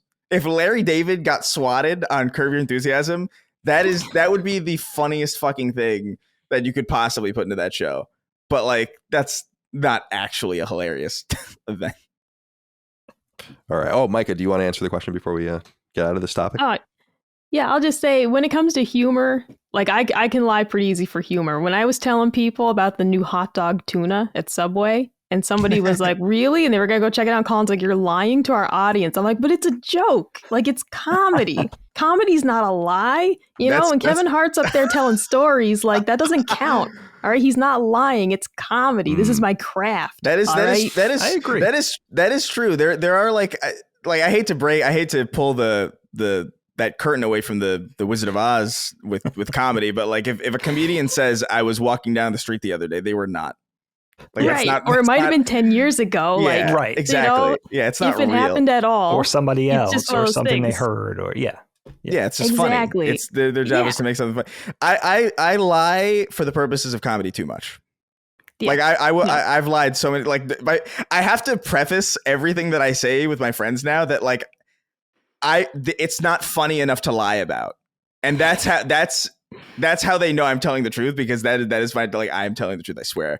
But like I convinced many people that there was a show on Nickelodeon called Full Metal Sheen that followed the adventures of Jimmy Neutron's friend Sheen after the cancellation of Jimmy Neutron and before he got his own show. And it was like this interstitial show about like him and Iwo Jima and I lied about it so much that somebody people in my audience went and made like a real Wikipedia entry for it. So that way I could be like, I could go to people and I'd be like, look it up. And then they would look it up and it'd be real. The fact they would call it that. Yeah, Full Metal Sheen. I thought it was just so fucking funny. And I couldn't stop telling people it. And it became real. I made it real. Totally acceptable. I love it. Yeah. All right, Chris, let's stick with you for the next topic here. I'm interested to see what you have to say about this. Yeah, so I don't know, man. I was thinking a lot about, like, I never know what to bring to a constellation. So it's usually like very last minute, or something, current events or something like that. But I was thinking a lot last night about, you know, how many times. I'll back up a little bit. I think a lot about the branching paths, right, that we take in our lives, not only just by choices, but just like being introduced to things, stuff that's like completely out of our control. Maybe like a family member brings home a CD or that changes the way you conceptualize music, and that gets you into this band, and that gets you into this thing, and that gets you to move to this place, and that gets you to, you know, like all these different things. And I was wondering. And I feel like it's a broad enough topic that it could be peeled at in a multitude of different ways, much like a string cheese, if you will. That, you know, I thought a lot of last night about, and it's because I have a photo. I don't have many family photos in my apartment right now, but I do have a handful. And I was looking at them, and I saw this one of me. I think it was like, must have been 2003 or something, of me opening a gift on Christmas or my birthday. They're both in December, so they blend together. It doesn't matter. But I got a camcorder, and I was thinking, like, wow, what a fucking massive deal that was for me, because that probably that camcorder probably is the reason I even know Colin in the first place. That's why I know any of you. You know, like a number of these things. Like, who would I have been without that camcorder? And it's to the point where it's like I can't even remember like what I was even interested in before I started like editing. I started editing when I was 8, you know? So like, I have no recollection of what that, I think I was probably like, I want to be a dinosaur or something, like probably before that. But just thinking about like, man, would I have gotten into sports if I wasn't so obsessed with video games? And would that have been a positive thing for me? Would that have been a negative thing? Would I even be friends with the version of me that never got into video games, that wasn't fortunate enough to have like a hand-me-down NES in the house or a hand-me-down PlayStation in the house? Like, would I have even stumbled upon this entire medium? Would I have been accepting of it? Like, I don't know. Like, I know it's broad. It's a very broad kind of subject, but I guess I was just curious if you guys could pinpoint, I guess, either a gift that you got, or like a moment in time, a choice, a decision to move somewhere that drastically altered your life to a point where you might not even recognize yourself had it not been for that thing or that event or that person or that whatever. Yeah, I love this topic personally. I have I have a couple that came to mind for me as I was preparing. And I just thought of another one, but one that came to mind for me instantly was my friend Bryce when I was a kid, who is the brother of our sister Allie's longtime best friend Steven. He was a year younger than me and we were buddies, and he was a really, really talented drummer. You grew up in New York. Do you remember NYSSMA? NYSSMA. Yeah, it was like the New York. It's NYSSMA, I think it is. It's something. It's like the high level music classes that you take in New York in schools. And he was like a NYSSMA drummer, where they would have like their private competitions and all that kind of shit. Mm-hmm. And I always really loved the drums, but I never had access to a kit. Drums are kind of a awkward instrument to play. It's hard to get access to them. People that do have drums don't really like people messing around with them because your configurations are so specific and everything. And so I can totally relate to all of that now as an adult drummer. But this guy Bryce that I was friendly with had a drum kit, and we were just really good friends incidental of that. But we would, 4th, 5th, 6th grade, I would be down there in his basement with him all the time. And what was funny was that he kind of didn't want to play drums anymore. After a while, he wanted to play guitar. So we started playing guitar, and I started playing the drums with him, and first playing on his drum kit. And then I got my first drum kit in 9th grade. I got my first like real kit that my dad finally bought me after years of begging for one. Cause he had a snare drum. I actually played sax for a little while in school and took piano lessons. And so I was distracted with some other things, but then I really started taking drum lessons in high school when I got my drum kit. And I did that for a few years, and that was mostly on the snare. But I think about that, like not only having a friend that was a drummer who was good at drums, who had a drum kit that he was willing to fuck around with, but then his interest waning in it, and him kind of picking up another instrument, and me kind of coming to fill that void where it wasn't like me playing the drums so he couldn't play the drums. It was me playing the drums so he could play guitar. And then all of that became an instrument that I came to love. And I really am amped about that. That same person, Bryce, is the person who introduced me to 311 actually in 1995, and when the Blue album came out. And so he was pretty instrumental in my whole formative musical upbringing. And I always think about that, like what happened if even him just sticking with the drums means I would have gotten to play it much less, means that maybe I would have had less of a leg to stand on. I remember one of the things with Dad was, it was like, no, I can play the drums. I just need a drum kit. And I remember showing him that I could play the drums, and that was a big thing. So even if those opportunities never presented themselves, that wouldn't have been the convincing factor perhaps that I could play. That wasn't great, but I could play. It wasn't like I was just beginning. And then the other thing I was thinking of, and Dagan can probably get down with this, is I always just think as a video game player, I won't say video games generally because we were bombarded with them, but I think about Mega Man specifically, my love of Mega Man. We had a video store around the corner from our house, Showtime Video, and they had like this center aisle spinny thing of NES games. And one of them just happened to be Mega Man 2. Amongst many, many, many other games. Before I was ever introduced to Mega Man 1 or whatever, and Nintendo Power, we had Nintendo Power, but Mega Man 1 wasn't a big deal, so I always just think about the availability of that game, and then their willingness to basically just give us the cartridge because we rented it so often, which was like a really cool small business thing. It was like, you just want to buy this like game, just like we just rent it constantly.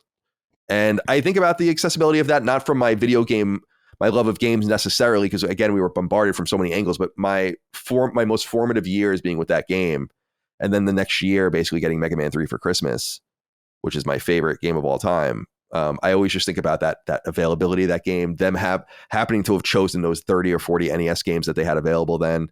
I thought that was really cool. And then I guess for my job, since you brought it up, is like getting my own computer was just a total, like having my own computer in my room with a phone line of my own and being left to my devices was a big choice that my parents made in middle school in the mid 90s. And I fell into a rabbit hole. So I don't think that would have happened either, because that was a very unusual time to have that kind of access to a computer. And it's so funny knowing that how untechnical I am, as we'll talk about later when we get to my topic. I am so untechnical, but I was actually fucking around with this stuff so early, and I'm so glad. But I did it from a writer's perspective, not from a technologist's perspective. So those were kind of the variables that I thought about. Micah, where's your mind on this topic? Yeah, for me, one of the biggest things is the path not taken but how it led to something else later. Mhm. One of my biggest regrets goes all the way back to middle school when I was like a really nerdy kid, big surprise, like math and science were my favorite subjects. And I ended up getting a scholarship for this summer program at a local private school. And I wasn't allowed to go, though, because of my stupid church. And I remember that being the first time I really resented it and being like, I wanted to go to science camp. Like, I remember my friends going and telling me how cool it was and all this stuff. And I remember just being like, I really wanted to do that thing that I'm just arbitrarily not allowed to do. And it was a moment that like kind of started me breaking away from it. You know, it would take me several years to actually do so, but that was a key part of me later leaving that church, because I just remember thinking, I love science. I really wanted to do this thing. I'm watching all my friends get to go to it, and I'm just told, like, can't. Not even a discussion, not even a maybe. It was free. It wasn't like we couldn't afford it. Like, it was totally free. Yeah. And that was a key moment for me to be like, this isn't the life I want, you know? And when you're a kid, you don't have much agency in the first place for good reason, you know, like you shouldn't eat cookies for dinner. There's a lot of things that kids do that would be really stupid if you just let them run their own lives. But I just remember that key point of like, this isn't the life I want at all, you know?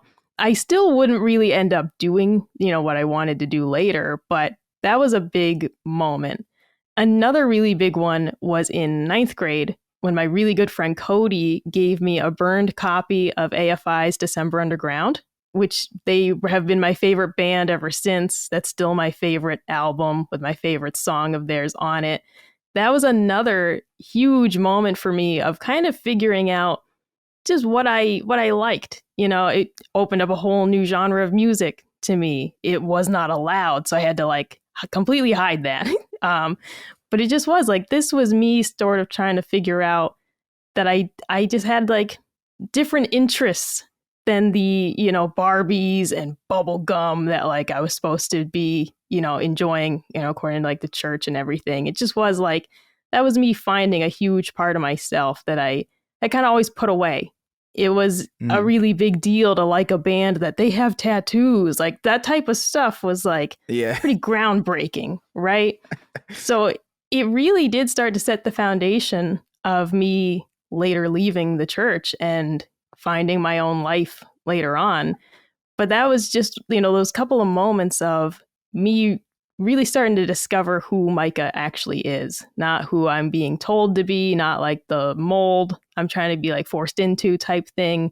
Because like discovering AFI, and then suddenly I started listening to like metal and all these things, and like these were huge, you know, components of me just finding more about myself. A lot of things I wasn't able to explore until later, such as like I always wanted to learn how to play bass, but it just wasn't something I could ever afford. Colin gifted me one for my birthday this year, and that is just a feeling like, it sounds really silly, but I was just like, I'm finally learning to play, you know, a few notes in succession, you know, like I'm getting there. And I like was tearing up because it's like, here I am playing Dance Dance by Fall Out Boy, but I'm like, it's me making the notes. This is huge for me. Like, I couldn't believe it. It's like a really stupid thing to be emotional about, but I was like, look at me go, man. Like, I'm playing the notes. I'm like Pete Wentz. I suck. But like, so, I mean, it just is so many of these things that happened to me earlier. Some of it is about paths I wasn't able to take. Some of it's about things I didn't get to do. Like I got a scholarship in high school to go to, you know, any in-state university. Couldn't use it. That is something I was really angry about later. But that anger motivated me to, you know, finally just do it. Finally just do the thing. Not that I went to like a nice school or anything. I went to community college. But those paths I didn't take kind of festered this like anger and resentment in me that later motivated me to actually do something with my shitty life. And so maybe that's more of it for me. It's less about things that actually were good that happened and more about me just being angrier and angrier as my life went on and saying like, I'm just like done dealing with this shit. But I'll also say too, video games for me was like the thing we couldn't afford when I was a kid, but like we had them. I had a Game Boy. I had 3 games on it for my entire life. And like gaming was just like this sweet nectar that I just couldn't get enough of, but like we just could not afford it. So when I finally got like my own job, after high school, I spent so much money on games. I remember spending my tax return to get a Wii U and like get Amiibo and stuff. So sorry. Oh man, I mean, she's still running, right? But it's like, for a big part of that is if I had more access to gaming as a kid, maybe it wouldn't have been as special at that time. Maybe I wouldn't have started my stupid little YouTube channel because I wanted to pretend that I worked at IGN with Colin. So I was like, I'm going to do my own YouTube show and I'll talk about video games on it. And I wonder if I would have done that, if I would have had that same zest for it, if I would have had access to it, if I would have had easy access, to video games when I was younger. Because the reality for me was that video games were just so over the top for me. Like I couldn't believe like what I was seeing because I didn't have that access. So I don't know. That's a huge part of it. And maybe my love of gaming, like my continued love of it, is influenced by the fact that I didn't get to play them very much as a kid. So now as an adult, I'm making up for lost time still, it feels. And I'm like really just putting in, so much effort into, no, I want to play everything that I didn't get to play when I was younger. I don't want to miss out on stuff anymore. Dig, where are you on this? I have to say, I'm sorry to take this backwards, but I can't get this off my mind. This married man choking down white meat chicken for 5 decades and never telling his wife. I think it's going to haunt me. This is just going to be one of those things that I can't stop. Why? Like there's polite and then there's just insanity. So I don't know. I just need more. Even tell me lies about the story so I could get a little closure, but I just cannot get it out of my mind. It's just like really stuck with me for some reason. But yeah, man, I love this topic. This might be one of my favorites so far on the show because it's all about that kind of needle scratch moment that we're talking about, right? I feel so lucky because I don't know if everybody has this, what we're talking about, but I do feel fortunate to be able to dial, kind of turn the dial back and trace my love and my passion, the thing I do for a living, the thing I care about most, all the way back to this kind of one singular moment that I know it was the inception point. Like, and that really shaped me. And it has to do with one of the most important people in my life, our grandfather, who was an artist, very talented artist. And I remember this like it was last week, him sitting me down. I have told this story before, but him sitting me down. And I don't know if it was a storybook or a coloring book, but it was a picture of Mickey Mouse. And I already loved cartoons up to this point. Let's say I was 5. But he was the one who connected the thing of like, this is the thing you're watching that's entertaining you. There's actually people that do this. They draw this. It was an art thing, but also ultimately become this fascination with animation and cartoons. And he sat me down and he had this picture of Mickey Mouse and he drew it. And to my eye, in my memory, he drew it perfectly. And it was just this thing that was magical. It was like, how did you just do that? I don't understand. And from that point on, it was hook, line, and sinker. That was going to be my thing. And it was interesting with my grandfather because I realized a little later on as I got older, and he was one of the most important people in my life until he passed away. I guess it was early in my 20s. And he was one of those people who I just loved, and his love for me was so strong, both my grandparents, but specifically my grandfather. And he was interesting. This to give you guys some context into him. And I think this plays a big part in my story too. He was a beautician professionally. He styled hair and he had a hair salon, his own business, downtown Manhattan, and he did well. He raised a family, our mom and our 2 aunts, and had a wonderful life and commuted from, Nassau County from Western Long Island into his shop every day. And he had a business and he was successful, but his art talent, I think he always felt like he squandered it. Like he didn't really pursue the thing that meant the most to him, which would have been working it as an artist in some capacity, whether it was being a fine artist or drawing comic books or working in animation. The animation industry, even back then when he was growing up or when he was younger, was in New York was only second to Hollywood. right? There was Fleischers, there was Terry Tunes and White Plains. There was a lot of stuff going on in New York.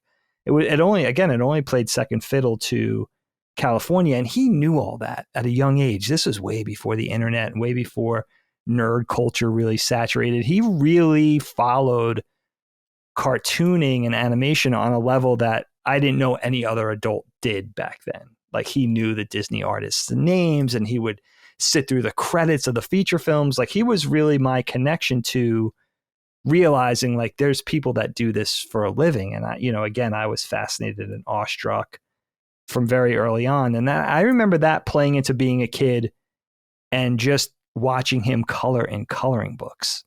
And it was him and any other real adult that I was sitting with and I would color with, but him and his nephew, who was our mom's cousin, Carl, who was also a professional artist and a wonderful, prolific fine artist and a professional fashion illustrator.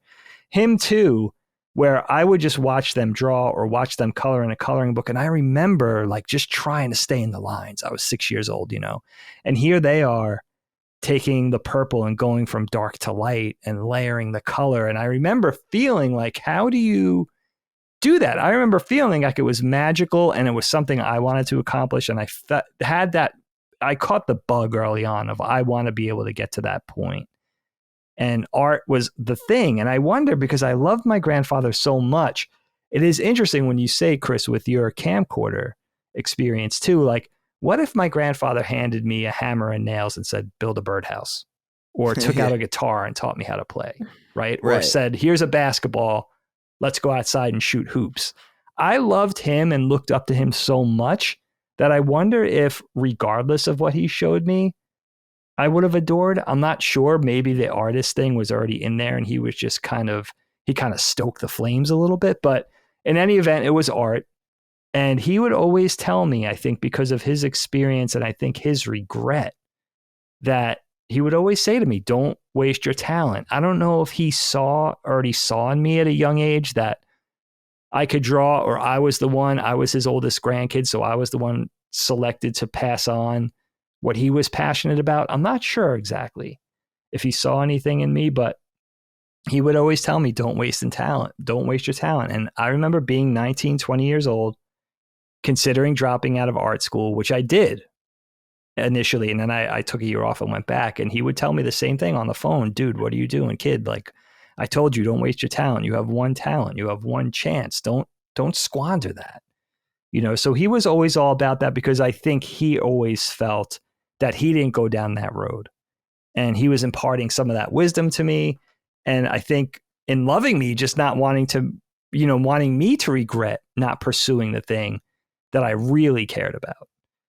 And again, it was interesting with him because he always seemed happy. He never seemed sad about anything. He never seemed like he drew the short stick or he kind of regretted his lot in life. But I think he did feel like, what if I became an animator and I did the thing I really want to do? So I think part of my legacy with him really was wanting to make him happy and wanting him to see me successful, or at least graduate from school and break into the industry and become a professional animator.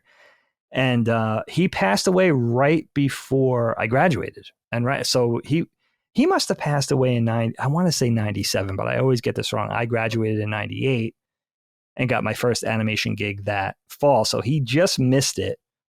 But it's always that emotional thing of him, feeling like he's looking down and he's pleased. And he really did impart a passion to me, because I have to tell you, all humor aside, nobody would ever put up with 25 years of working in the animation industry unless you really loved it. Like, this industry will test your passion. Yeah. It really will. I mean, I think just working in art, I think professional musicians, actors, writers, they all go through the same thing. If you really love your craft, you're going to be tested, just as far as consistency and stability and all that kind of thing. So I feel lucky, because if I found animation, let's say professionally, and got to that level, even without him in my life, would I have had that same level of love to keep me sort of anchored and sort of keep me going and sort of have that perpetual motion where I could stay in it and love it enough to put up with all the foibles and all the bullshit and everything like that. So, I really, it's interesting in that I could take it back to that sitting at that coffee table and drawing Mickey Mouse and just being fascinated with art and drawing and the way that connected into everything I was interested in as a kid, all the nerdy stuff, sci-fi, finding anime, video games, toys with Star Wars and G.I. Joe and Transformers, and just that really becoming woven into my fabric. And I consider those things all linked. They're inextricably linked. I consider them linked. I consider them linked. We had to quote the Patriots. Yeah, of course.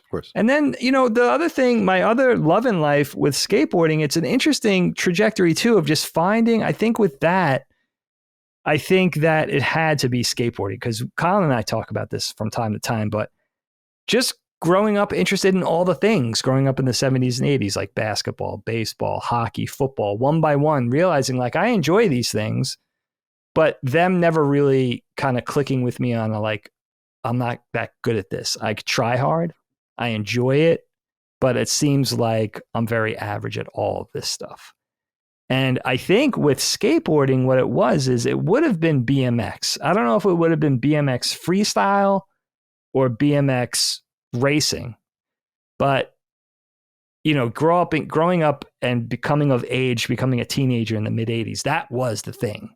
And I think because I think it really came down to not having the talent to not ride a bike. I learned how to ride a bike when I was 4, like everybody else, but I don't think I had the strength, the upper body strength and the lower body strength. I think I was just too scrawny of a kid for really doing BMX. I was especially interested in freestyle and sort of looking at skateboarding through the same lens of like, okay, this is cool.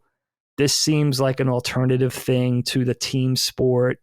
I really connected to the graphic quality of like, oh, that's really cool, pastel-y surf culture thing, or the pus head, skull and bones and slasher type, like the imagery really is what brought me into the fold. And then standing on a skateboard and being like, wait a second, I'm not really good at riding this bike, but everybody else is afraid to stand on the skateboard. I don't really see what the big deal is here. Like this is perfectly fine. Like I'm not afraid to fall off this thing. And then I think that's how I discovered skateboarding. I really still think it would have been bikes if I was good at it. But like with BMX, it was just like, this is just like baseball. I think it's awesome, but I suck at this. So with skateboarding, and I think also seeing everybody else a little bit afraid of it, where to me, it was like, it's just a board with 4 wheels. You just go on it. Nah, man, that scares the shit out of me, man. What's so terrifying? I don't know, man. Like there's just no, because the second I step on a skateboard, I feel like I have absolutely zero control. A lot of people feel like that. Yeah. And it was the one thing, Chris, honestly, the one physical thing because I was interested in everything. I was just like Colin. I loved hockey. Football was awesome. Baseball, basketball. I enjoyed doing all those things, but it was just like, when am I going to find something that I could be good at, that I could make the team, And BMX was a letdown for me because I loved it, but I was just like, this is just the same. I can't do this. So skateboarding was like the one thing. And I think not only I was okay at it, I don't think I just wasn't afraid of it. And I think it also played into seeing everybody else being like, that's too hard. And me being like, okay, wait, this is my thing. I finally found it. I was 13 when I found it. So I was halfway through my 8th grade year when I found it. So that was another moment where it was like, I wonder, that's why I talk about with talent. What if I found something else? What if I picked up the tuba at that point and I was a maestro? Would it have been the tuba and not the skateboard? I don't know. Could have been. It was that encouragement of finding something that you're good at. Like, it was like drawing. And I wasn't Mozart on a skateboard and I wasn't Rembrandt with a pencil, but I was good enough in order to want to pursue it, if that makes sense. And then get better at it. I think that's the thing I'm trying to go through with my son, my youngest right now, is like, find that thing that even if you're not, you know what I mean? You might not be Michelangelo, but find something that you love enough. Look at that pronunciation, huh? The Lego movie where he says Michelangelo and Michelangelo. That's like one of the greatest movies in animated film of all time. He's doing like the roll call and he's like, Michelangelo. And there's a little Lego mini fig of each one.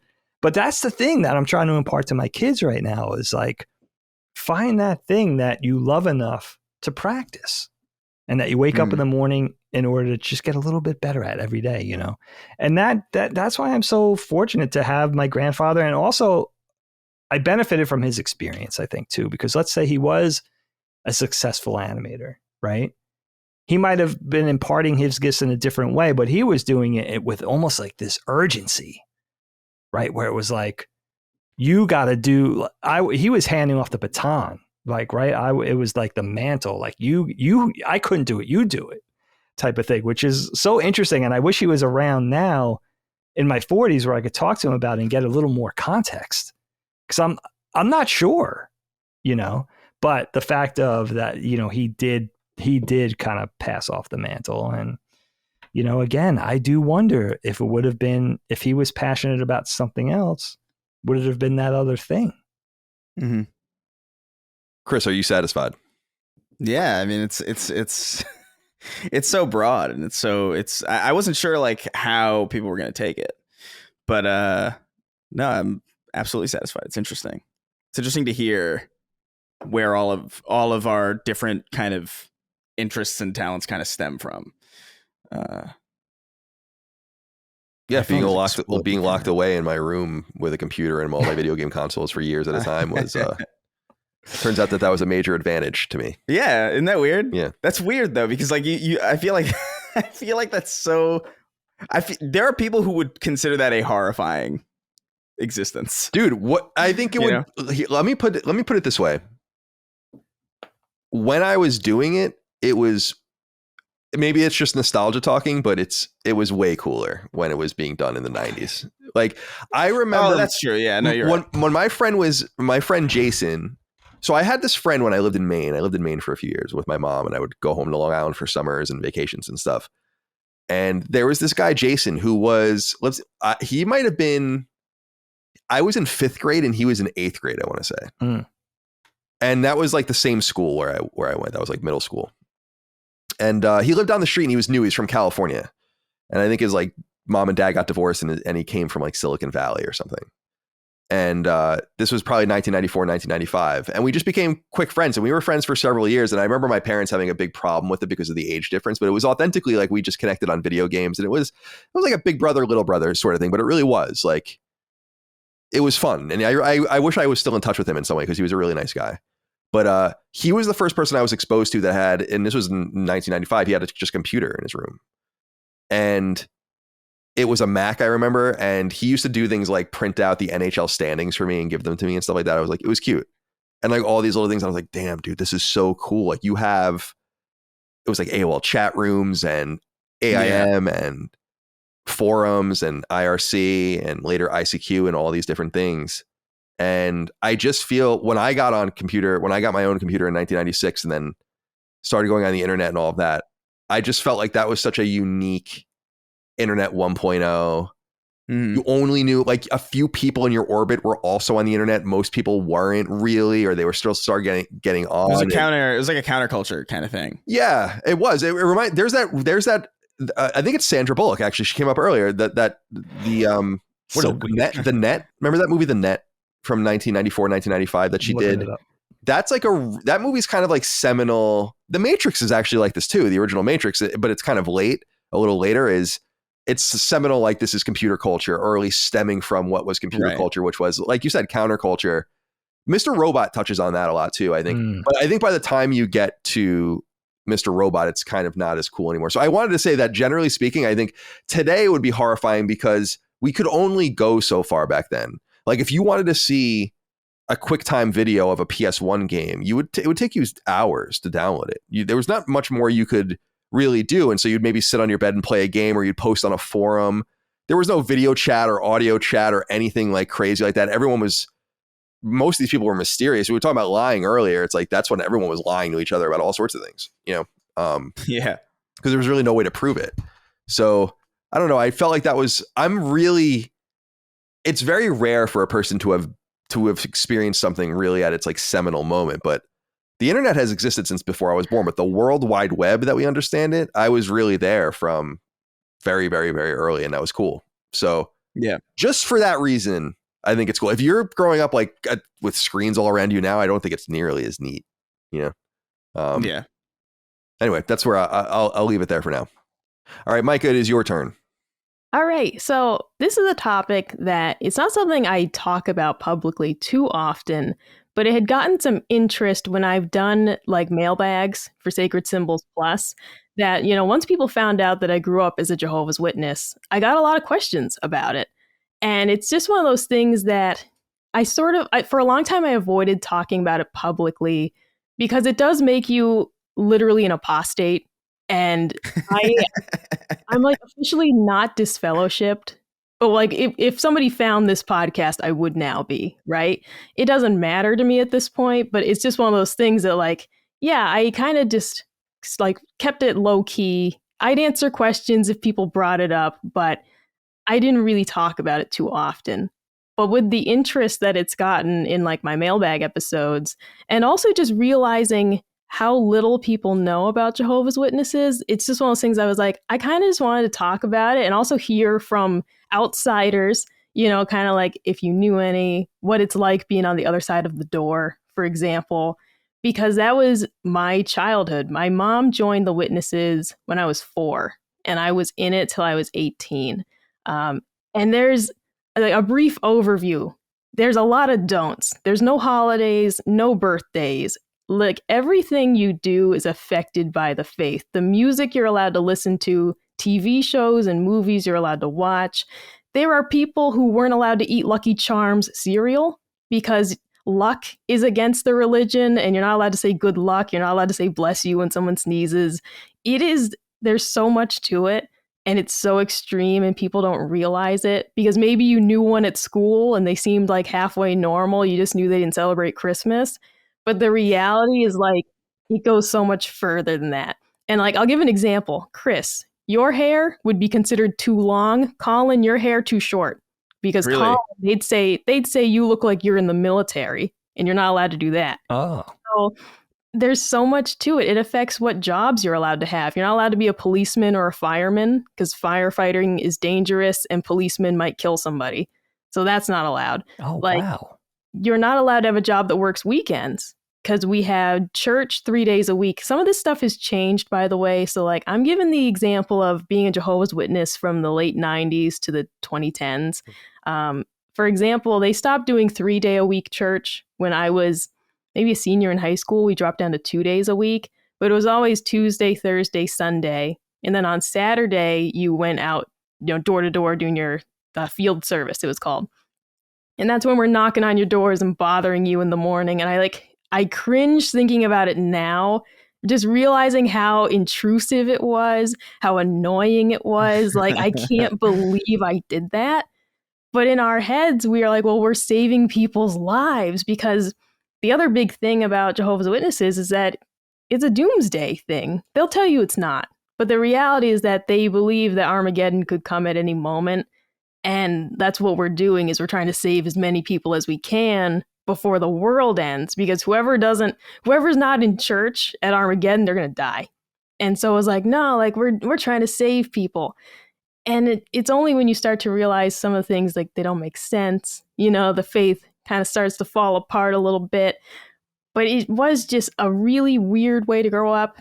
The limitations on you can't do school sports. You're not supposed to be in like after school clubs or activities. I mean, you can't make friends at school. Things like that have like greatly affected me now, of like, I struggle so much to make friends as an adult because you weren't supposed to have any friends outside of church, for example. You know, if somebody invites you over to your house, it's always, no, I can't, you know. And also just growing up it's so boring, never having holidays. Like as an adult, I love Christmas now. I look forward to Halloween, but maybe some of that zest for it is just because I completely missed out on it for all those years. And now I'm just like so stoked on Christmas still. Like I can't get enough of Santa Claus. He's the best. So things like that, you know, it just doesn't really stop. And the other thing that like really affects your life is Jehovah's Witnesses, you're not supposed to go to college. And that includes trade school. Because I'm not someone who thinks college is everything. Wow. But you're not even supposed to go to like a trade school, right? Like you're supposed to rely on God for everything. So a lot of Jehovah's Witnesses live, very low income lives because you have to have a job. You can't work weekends. You can't work nights because you got to go to night church because Tuesday and Thursday church is at night. So many of them are stuck in jobs where it's like reception, maintenance. And these aren't bad jobs, but they're often dead end jobs. Like what's your top salary as a receptionist, for example? You're trying to support a family. It's things like that really hold so many of them back in life. And a lot of us, I'm in like a small community of, people who've left because it's really hard when you first leave and like you're getting shunned. For example, I got shunned when I left at 18. And it just was like, it's a rough experience for suddenly every person including your family, to no longer speak to you. And they just pretend you don't exist. So I'm in sort of like a little support group for them. I don't need that anymore, but helping people who have like newly left kind of find their footing. And one of the biggest things is career. There's so many people who are in like their late 30s, 40s. They leave and they just feel like they've wasted so many years. They didn't get to do the job they wanted, various things. And now they feel so lost. So trying to just help people in that small way to like find their feet. I feel it myself very often, feeling like, yeah, I've wasted my life in a sense. I didn't get to do what I wanted for a career. I didn't get to go to college like I wanted to. But it's just one of those things that you turn it around somehow. I've somehow found myself in this position where I get to work here for Colin, so that everything worked out for the best. But it was just a very odd childhood. And it was just one of those experiences that people really don't understand unless they've been through it, especially the shunning. I think your average person couldn't fathom your mom not speaking to you ever again. Like, I think your average person just could not fathom that. And it's just one of those experiences that it changes you as a person. I sometimes come off as like very callous to people. And the reality is just like, if you were told by your parent that they can't talk to you anymore and like you're just dead to them, that kind of like fucks you up a little bit. And then it's one of those situations like, well, I can be a sad sack about it, or, I can kind of just be like, well, fuck them. And that's kind of the way I'd rather be. I'd rather laugh at it than cry about it, or I'd rather be angry. If I'm not ready to laugh yet, I'd rather be angry than sad. So that's just another like kind of core piece of it. But I was curious, firstly, if you guys knew any witnesses like growing up, like school or work, and then also like if you've ever had your door knocked on, because I've been so curious now what that's like. Colin and we've never seen them in our neighborhood, but we have gotten letters. And after the pandemic, the letter writing has kind of taken off. And that's like their new way of doing field service. They don't go door to door as much anymore. And even just getting the letters, I hate it. And I just can't believe that I used to do this to people, that I used to put them in this position that I'm going to knock on your door and talk about Jesus. So it was just weird. But I'd love to just know your guys' experience with Jehovah's Witnesses. If you have any questions for me, I have forgotten some of the finer points of like the prophecies, but I know most everything else. But I'd love to start with Dagan. Like, did you ever know any? Have you ever had your door knocked on in Pennsylvania? Like, because I also know that, not to say they're regional, but they kind of are. Jehovah's Witnesses are much more prominent in some states than others. And that's another factor of it, of my curiosity of how you guys have experienced this living in different places. Yeah, you know what? This is an awesome one. I haven't thought about this in a while, Micah, but I think it's fair to say my experiences with Jehovah's Witnesses, the JWs, by the way, can we just call them the J-Dubs? J-Dubs, I love. J-Dubs. It's divided into two chapters because I do remember being a kid and them coming door to door growing up on Long Island. And I remember a few things. First of all, I remember the way they looked because they were always dressed in their finery, right? It was like kids and adults coming around. The men and the boys had suits and certainly shirts and ties on. And the women were always like in their Sunday best. And we only ever, and they were just random strangers walking down the street, you know, in the New York suburbs. And that was always a striking image because the only time we ever saw people dressed like that was at weddings and funerals. Like growing up Catholic, even our church, certainly on Eastern Long Island, like was very casual. Like we went to school, we went to church on Sundays when we went in t-shirts and jeans. And maybe our dad wore a button up or a polo, maybe like that was his fit, but sneakers, it was very casual. So that was the one thing, was the imagery of that, but also just the reputation from even being a very little kid, I think, and unfairly so, you know, I don't want to sound cruel when I say this, but I think the adults lumped them in with the rest of the door-to-door salesmen. It was like that whole thing of like, draw the curtains, get away from the window, go to the back of the house, do not answer the door. It was like the same thing as a dude going door to door selling windows or pest control. And you know what? We knew because we had our little territory cards and we would mark down like if someone was like not home, there was not at home, and then there was home but hiding. Because we would write that down. If we saw a flap in the curtains, we'd be like home but hiding. That's and the thing. You had to know. I remember it getting so bad of like, go shut the garage door, like make it look like we're not here. And I think, in all fairness, because I may remember even one or two specific instances, these people had a reputation for being aggressive in that, like, they will put their foot in the door when you're trying to shut it, like maybe even literally. So the whole thing was to not engage in the first place because you're going to be there for 25, 30 minutes. Yeah. And, you know, it's Saturday and you're trying to mow the lawn or you want to go in the pool with the kids. Like, I remember really thinking like, it was like batten down the hatches. Like even the neighbor would call from 4 houses down, like, get ready, here come the J-dubs, like that type of thing. Like I remember, and I do remember as a kid, and I don't even know what put the Amish on my radar, but I remember thinking like, okay, the Pennsylvania have the Amish. Is this our version of that? Because, and I think again, it was like they look different. They're not dressed in a contemporary way. That was like, is this our version of like the Amish or the Mennonite? I wasn't really sure, you know, and that was always the perception. I never knew any, you know, by name that I knew of that I went to school with. And it was interesting, like growing up on Long Island, at least in our specific region, it was very much Catholic, Jewish, and Baptist, right? Like that was the thing. And I wonder why they came around, because a lot of people were pious. Like a lot of people were practicing their religion. I could tell you the contrast of living here in suburban Pennsylvania, you know, suburban Philadelphia now in 2023. I live in a neighborhood where there's a lot of Catholics and Jews. Almost nobody practices. Like everybody's fallen from their church, from their respective religions. I know because we're Catholic.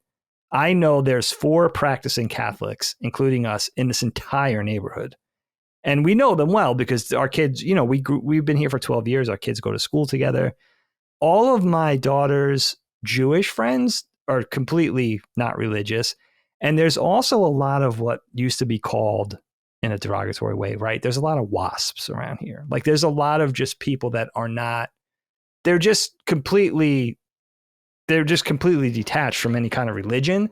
And I think there would be a very small tolerance for that kind of shit in a neighborhood like this, where people just don't want to hear it type of thing. Right. I think what I'm saying is, growing up on Long Island, I think even though you were associated with a different religion, there was almost an empathy of like, okay, it's not our religion, but I understand you're passionate about your thing and you have this zeal and you're trying to spread the word. It was annoying, but I think it was understood. And it was a whole thing of like, let's just not engage. Let's be polite. Let's just pretend we're not home. Everybody get in the backyard. Be quiet. We don't want, you know, they're going to ring the doorbell, that type of thing. And here I could see them getting like browbeaten and like driven out of the neighborhood. And it's not just because it's a nice neighborhood and we don't want people going door to door, which is certainly a thing. But I think it's the fact of like, there's no empathy for it because people can't relate from a religious perspective at all. And there's a lot of misunderstanding too around it. How I got a little more familiar with Jehovah's Witnesses is interesting, though, because my best friend, PJ, dated a Jehovah's Witness girl. This was probably close to 10, 11 years ago. And it was one of his more serious earlier relationships that lasted, it spanned like 2 or 3 years. He dated this girl. She was very cool. And the first time I met her, I remember this very well still, was when he came to visit for the first time when we moved to this house. We had only been here for like a year. He finally came. And I remember that day, and he brought her along, and, we barbecued. And it was interesting, Micah, because she was, I guess, had just left the church or was in the throes of leaving the church. So she was very candid about everything. And I remember Helene and I hadn't met her yet. We were eating dinner on the back patio, and she was explaining everything. And she broke down some of those things about growing up without birthdays. And I remember feeling like, okay, I remember first of all thinking this sounds a lot like other religions like Scientology. I remember making those parallels, but also feeling like, okay, like as an adult, do you? But I remember feeling like, and again, I don't mean to like cast, I don't mean to be judgmental, but I remember feeling like, all right, do your thing, but it's weird to sort of ask kids to go through that and initiate them, because not just growing up and not just being deprived of stuff, but you're really driving a wedge between them and most of their peers. That seems like the cruel part, because you could argue like, okay, go to Catholic school, you got a uniform, right? You don't have to worry about clothes or materialism as much because everybody looks the same. And I never went to Catholic school, but I always got that argument, right? But this is kind of a thing of like, you're just casting such a wedge in between. These kids can't have anything normal, of what most of the other kids have. Even if you feel deeply about this, I feel like it's almost a cruelty to expect kids in today's society to go through that. And it reminds me, and Helene and I make a lot of mistakes with our 2 kids, but I've always said to them, we are Catholic. We're practicing Catholics. I always found our religion of like my parents, but specifically my grandparents, they're the ones that kind of anchored me in Catholicism because I love them so much and I wanted to do what they did. You know what I mean? That type of thing. But I always told my kids, which no one ever told me when I was young, of like, listen, we're going to raise you in the thing we know and the thing that we believe in. We were both sort of, I don't want to say indoctrinated, but we were both taught this thing. It was luck of the draw. We grew up in a Catholic family. Helene's, family that she loved brought her up a certain way. My family that I loved brought me up a certain way. This is what we know. This is what we sort of believe. And we're going to pass this on to you guys. But listen, when you get old enough, you're going to make your own decisions. You may stay a Catholic. You may meet, I tell my son, you may meet a Jewish girl. You may go in that direction. You may decide it's all bullshit. I don't know. All we could do is show you what we do. We're going to pass on the spirituality.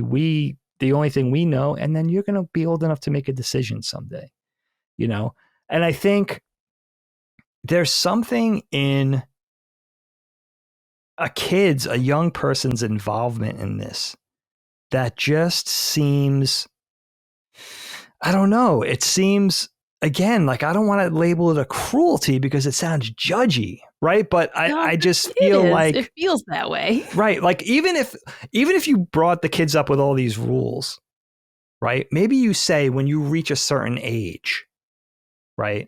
Maybe when you reach bar mitzvah, bat mitzvah age or something, we have this thing where you could decide if this is for you or not.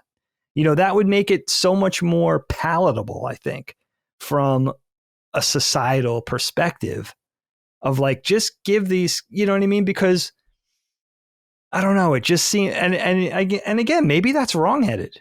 Maybe that's falling in too much of materialism or going along or keeping up with the Smiths and the Joneses and all that type of thing. But it just seems like that would be unbearable for a kid. And I have sympathy for the young people. Oh, yeah. I mean, as a kid, if you, depending on where you live, if you're familiar with, the Jehovah's Witness conventions that happen every summer and fall, that is 3 days of 8 hours of church. So it's like Friday, Saturday, Sunday, church for 8 hours. Oh my God. My whole childhood. You go to the Mullins Center at UMass, thousands of us. And it's not, what I want to also highlight is that it's not fun church, right? There's no choir or anything. Like we sing the songs and we're horrible, but like everybody sings 3 songs per meeting. That was a whole thing.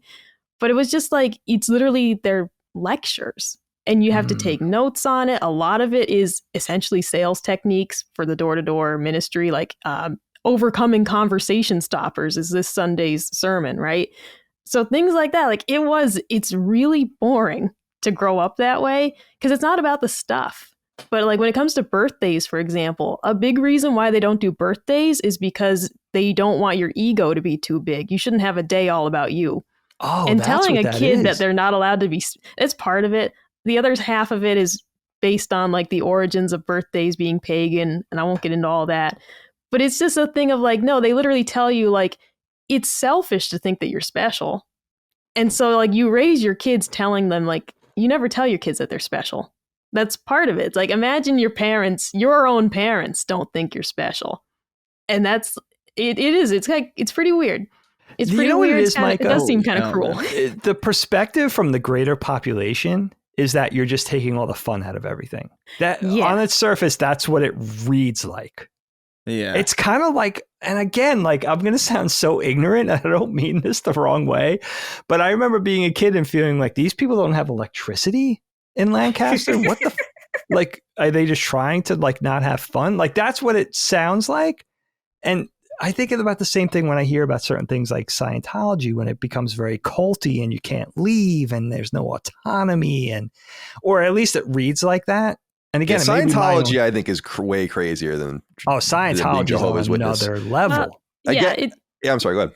No, I was going to say that Scientology is definitely worse because a lot of how they get you is the financial aspect. Like Jehovah's Witnesses are sinister in their own ways, but the Scientology, they literally target rich people. It's also rooted in, nonsense, right? I mean, like Christianity, like Jehovah's Witnesses is rooted in Christianity. I think that there's much more reason to Christianity than, and I'm not saying as, I'll wait till I go because I guess. Wait, Kyle, let me just say this too, because I'm throwing stones here at something I don't really understand that well, and I'm throwing stones at glass houses. And let me just say, I'll be completely frank with you guys. Our oldest, she's 16, she's already out of Catholicism, and I think good for her. And you know what? I was too at that age. I get it completely. And I think the thing with her was like, and her whole generation, I understand this, is like the lack of acceptance. Oh, they don't like gay people? Fuck this. I'm out of here. Like, I'm not doing that. And I get it. Like, I talk about this a lot on the podcast. I feel like I got 1.5 feet out the door half the time with all that shit. I have a lot of problems with the Catholic Church. And so I get it. And it's not just of like, I'm being, I'm an exclusionist for the Catholic Church or something. It boils down to religion, and there's so many inherent problems just with, I think, from my perspective, from my humble opinion, there's so many problems with just religion in general. But I mean, I'm going through the same thing with my kids where I'm like, what's anchoring my 13-year-old? When is he going to decide that, Lilia didn't really waste any time. She was probably out by the time she was 14 when she realized there was enough things not really gelling with her philosophies. And she was like, this is not for me. And she wasn't brought up in the same time with the same people in the same church as I was. It's different now, and her generation is different also. And there's a lot more, you want to say tolerance, but there's a lot more, there's a lot less judgmenting, of the judgmental and all that kind of thing they're dealing with. But certainly what I'm saying is certainly a lot of these religions have the same inherent problems as being a Jehovah's Witness. I think Jehovah's Witness just gives that read of like, I think a lot of people don't really understand it. It's like me growing up, you understand bits and pieces of it. Then you put a picture together and you're sort of judging off that. There's one right down the street. I see they're at church all the time. And I could tell you, Graydon, the youngest, he goes to church for an hour a week on a Sunday. He's melting in the pew. He's dying of boredom. Like he's becoming only half like church. a human puddle. He's like, if he was slouching anymore, he'd be laying down. I remember it. I remember that. I remember that exact experience. Yeah, our Sunday church is 2 hours because the first hour is a lecture. The second hour is question and answer. Oh my God. Can you imagine the anxiety? Because the parents kind of compete with each other for like whose kid raised their hand the most. So first and foremost, if you didn't raise your hand at least 3 times, you're going to be in trouble later. But also like, it's like, I'm just an introvert. It's not that I don't like Jesus. I just don't want to raise my hand and talk in front of 100 people, but like you have to do it. That's a huge part of their church is the question and answer aspect. That's rigorous. It's a nightmare. It's a lot. It's a lot. But yeah, Chris, I'd love to know what you think.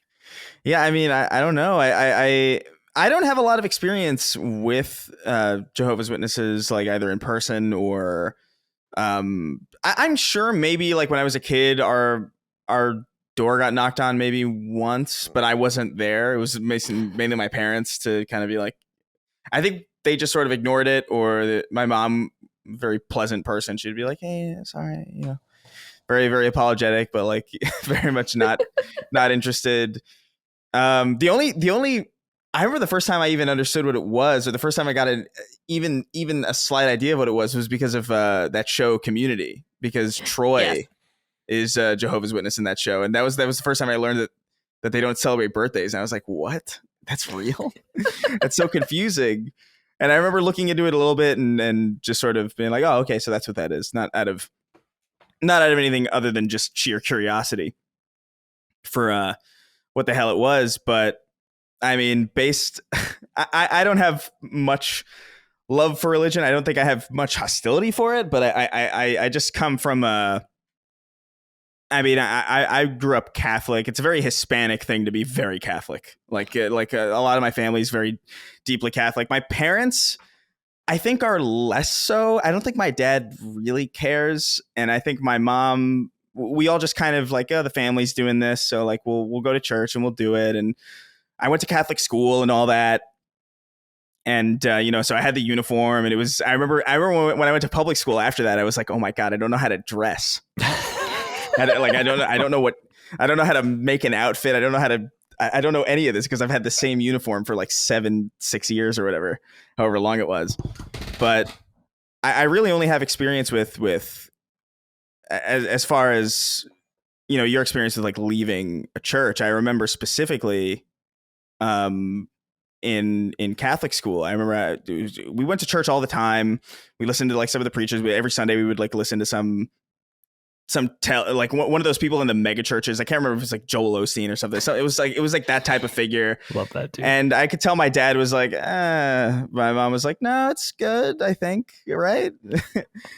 But I remember like this might get a little heavy, but like when I was very, very like 2001, my sister, who was 17, I was 7 at the time. My sister passed away, and it was like a car accident situation.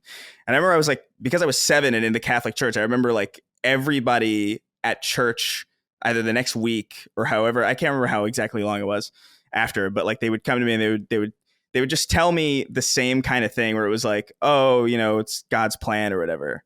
And I remember it's like, this doesn't really feel good to hear. This doesn't really do much for me. This feels kind of cruel to say to a kid in this situation. And I just remember feeling like I didn't really believe in a lot of that stuff, but I was like really scared of like, oh, is my sister in hell? Like I remember being like so afraid of that shit.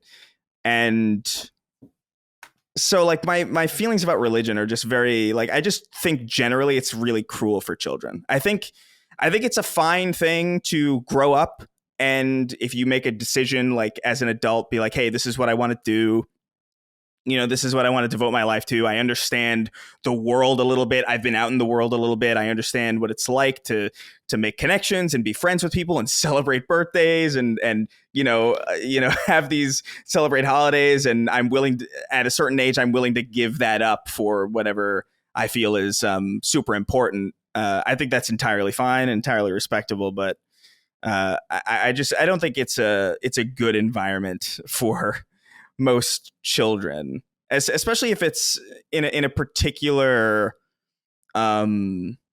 if it's in a particularly not volatile, but I would say like maybe like in a particular degree of intensity, I would say but I was fortunate enough that my parents were very, very like kind of lax about it. They were like, I went to Catholic school and I went to church, but they were like, they would always, even the Catholic school I went to was in New York City. You know what I mean? Like, so it wasn't like they would still teach science. They still taught evolution. They weren't like, it wasn't like Mississippi or something where it was like a creationist I love that type deal.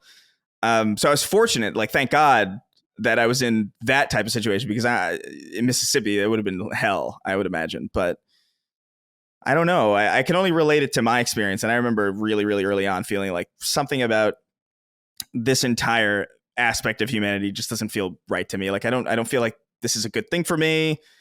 And funnily enough, Halo 2 is like the game that I played that like blew my mind about that stuff. And I know that you guys played it recently, but that's a game all about religion. Yes, and like, it is. And like specifically losing religion. I remember playing that like maybe 2 years after that happened and being like, this is fucking blowing my mind. And then like, I don't know. At that point, I wasn't really practicing. I don't think my parents practice either. My mom's much more into like just general spirituality. My mom's like very much like God is kind of like energy. And, it's very non-religious, non-doctrine oriented. But I had very, very limited experience with Jehovah's Witnesses. I know some who left the church. I know some who left the church with their parents. I know some who left the church and left their parents behind. And it's always like it really upsets me when I hear that stuff, because it's like, dude, that's your children, like it really is crazy. I can't conceptualize abandoning family for something so inherently theoretical. Like I can't. Yeah. Well, and especially because that a very good point is that the internet has changed a lot of things. And like, for example, one of the biggest, JW teachings is this whole prophecy. I won't get into the weeds of it, but they had this whole prophecy about the year 1914. And it was based off of what they thought was the year Jerusalem fell. But it's wrong, because you Google it and they have the date wrong. They're off by 20 years. So then they later like just tried to say like, well, the light came later on and we discovered this was wrong. But it's like this entire faith was based off of this one prophecy. And now you're like, we got it wrong, but like, we're still right. And it's like, what? Or finding out that like one of the founders of the church saw a satellite in the night sky and thought Armageddon was coming and he wrote about it. And it's like, dude, it was just fucking science. Yeah. Like, it's just science, like it was a satellite. And he was like, it's the end of the world. And you realize like my parents, type thing, like, you're going to shun me because I don't believe that a fucking satellite was Jesus, like coming to Earth. Like, it's a blinking light in the sky. There's a lot of, you're going to shun me for that? I always felt like there was like a lot of hubris in religion to even, like, I don't know, like you'd think that if anything created everything, like the idea that we would know anything about its preferences is insane. Like it would be like an ant being like, oh, I know what that person wants me to do. Like there's no fucking way. If that's real at all, like why would we assume that like God doesn't want you to celebrate your birthday, or God doesn't want you to fuck this person or whoever? Like, it's just so arbitrary and bizarre, and especially like when you enforce that hubris in the form of cruelty onto kids. It bothers the hell out of me, because I know that there's like an argument where it's like, oh, well, you could follow that tradition until you're, 12 or however old, and then they can choose to stay with it. But like, whose birthday party means anything? Like as you get older, your birthday parties mean less. You know what I mean? Yeah. At a certain point. So like my favorite birthday parties were when I was like, outside of obvious debaucherous, like 18, like 21, and you know what I mean? Like outside of like the 21 year where it's like all holds barred and it goes insane. Like my favorite birthday parties were when I was like 7, 8, 9. You know what I mean? Like those are the key years where like it's still special, it's still new, you're still kind of wide eyed and there's wonder. there's a lot there. Fun. And so the idea of like, oh, well, you can start celebrating your birthday at 15 or however old, where it's like, what are you going to, that was the age dude, at 15, I was getting socks, like that's not, it just feels like you got to let kids be kids. And, I don't have a problem necessarily with the tradition of it. I just find the enforcement of it so sad. And so That's needlessly, it's just needlessly abusive and needlessly contentious for no real reason. Because I feel like a lot of people's relationships with their families would be a lot better off if they just allowed people to be who they were, and choose that life for themselves. I mean, I look at it from the POV. I have kids. Yeah. Look at it from their point of view, right? If there was, let's say there was a 13-year-old boy or girl in the same circle as my kids and their friends right now, how could, this is where I have the problem with religion. Jehovah's Witnesses is particularly hyperbolic when it comes to this, but I try to sell religion to my kids and to myself, honestly, a lot of times as like hope, spirituality, prayer, gratitude, like the broad beneficial things. And the problem with religion from my perspective is when is the division, the divisiveness, dividing people, making them feel ostracized. So if there was a practicing Jehovah's Witness, adolescent or young teen in my kids' sphere, they would feel so deprived. They would feel so left out.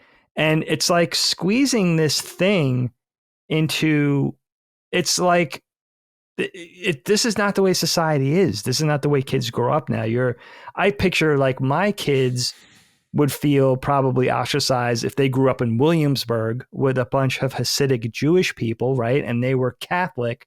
They're going to feel ostracized just by being in that place with those people, with the way they look and the way they practice. And they're already going to feel that sort of, that they're different, or that they don't belong, let's say, even if people aren't making them feel like that. But I feel like their religion's almost, adding insult to injury in that they're not allowing everybody to share that common bond. It just feels like it's a dividing agent rather than something of, you could say, okay, you have your religion, I have my religion. Let's respect our personal differences, but we're all together. We could still be in the same neighborhood. We could still hang out together, go to each other's birthday parties.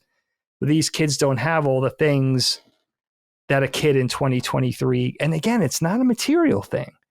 It's just in making them feel like they belong, I think, right? That's where the problem lies for kids. And I think Chris makes a good point. It's like, that's what religion should almost be, is like this roulette wheel. When you get old enough, make a decision, right? That almost seems better. Because you're making, you got to have what everybody else has. You got to have the same experiences and not feel like you were shortchanged. Then you get old enough, you jump into something. But it is weird to, I don't know. It's strange. I think we do the same thing with every religion. I see the problems with Catholicism too. It's the same, Well, it's a matter. What it comes down to, though, is like whether or not you're going to never speak to your child again if they say they don't want to be Catholic anymore. Mm-hmm. Yeah. That's really the dividing line between them and everybody else. That's hard. It's the intensity of it, right? Like, because there are people that I know who are like religious, but they're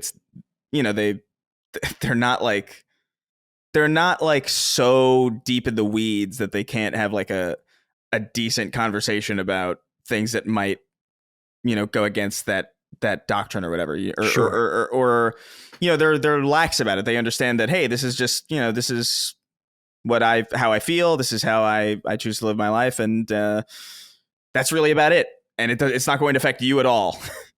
But there are also certain people where it's like, it rules their entire lives. And I really think it's a matter of intensity. Yeah. I mean, I wasn't allowed to wear white pants. And I actually, and that was because my mom said they were slutty. So specifically, what? And there's a lot, you weren't supposed to wear red to church. There's a lot of stuff like that.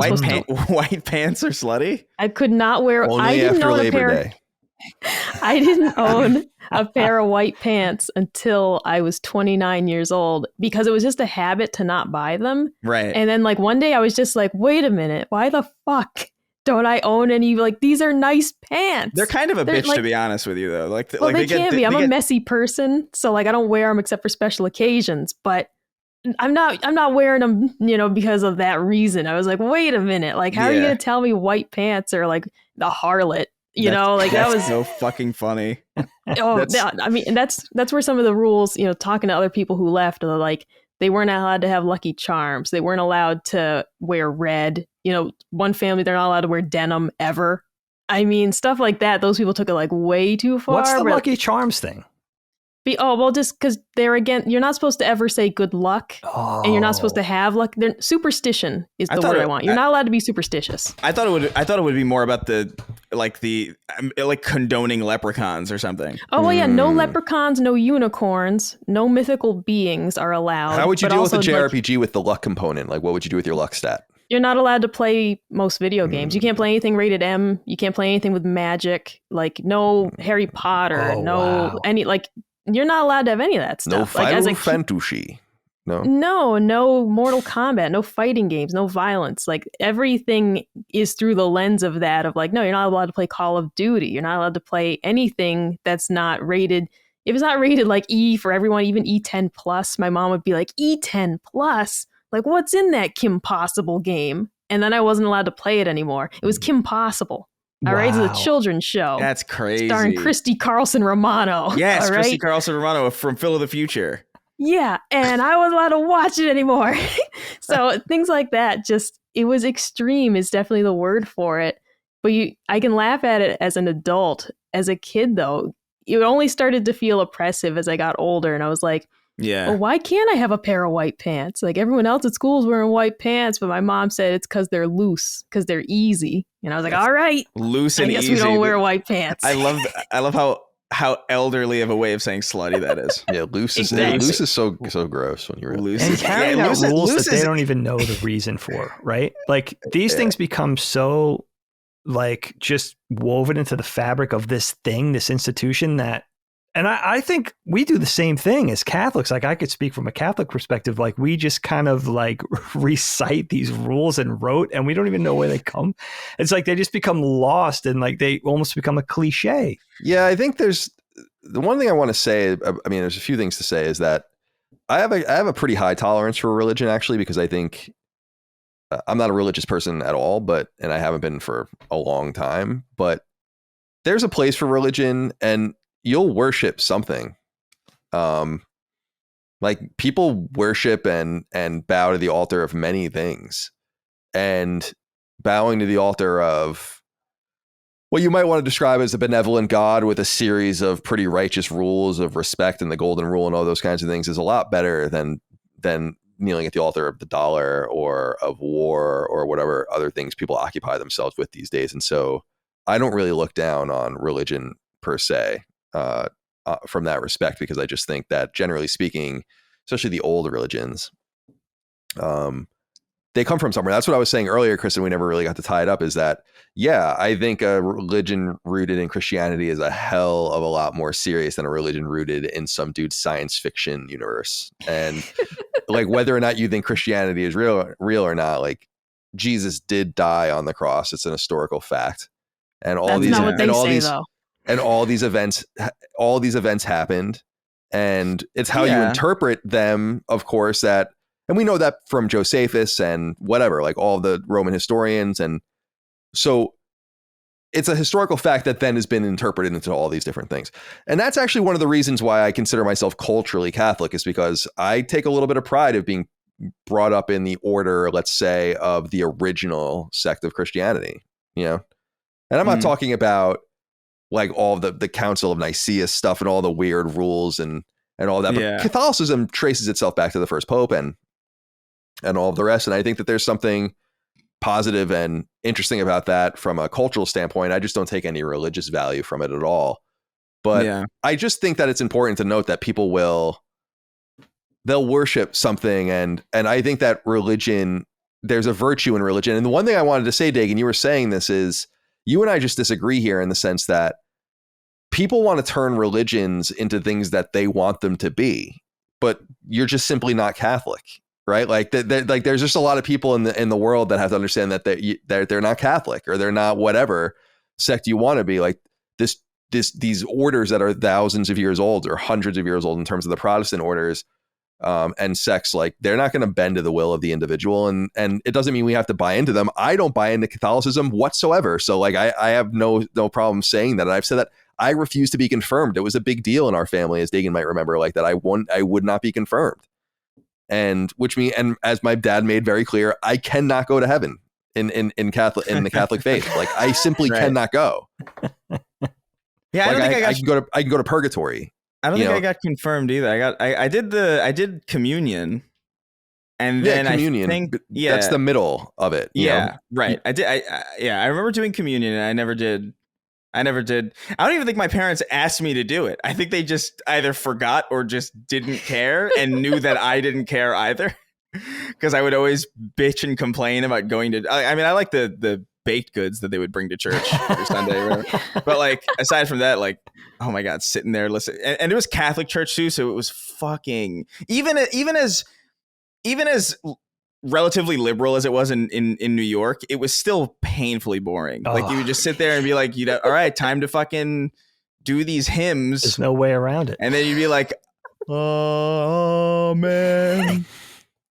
It's still boring. I'm here to tell like, you. oh my God. And it just made me, and at a certain point, like it made it worse too, because like at a certain point, it was just like, I would go and I would hear the hymns and I was like, this literally just makes me want to play Halo. Yeah, it's got that same vibe, that same Gregorian chant. It's Halo music. It is, and it's Catholic. I don't know. There's things I like about Catholicism. I like the art style of it. Like well, those were the things I was going to say. Was like that's about it from Catholicism specifically. Is like Catholicism and the rich people in the Catholic Church, and it's more complicated than just this. But like, are the progenitors of European style art and music and all these things, there were things. Isn't there that story? There's this one like old Gregorian chant style thing I listened to, Gregare, I think it's called, or something like that, from the 1500s, and apparently like it was so holy that it wasn't even allowed to be played outside of the Sistine Chapel.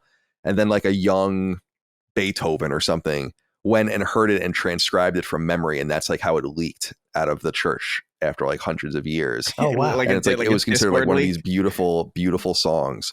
And so I have a lot of cultural respect for it. I never really bought into the religion from a very early age. I went to Catholic school like you did, Chris, for a few years, and in my middle school years, I went to Catholic school, and we had Bible study every day and all that kind of stuff. And I'm like, no, I don't think so. I mean, if anything, it just reinforced my inability to grapple with the reality specifically of, well, there's few.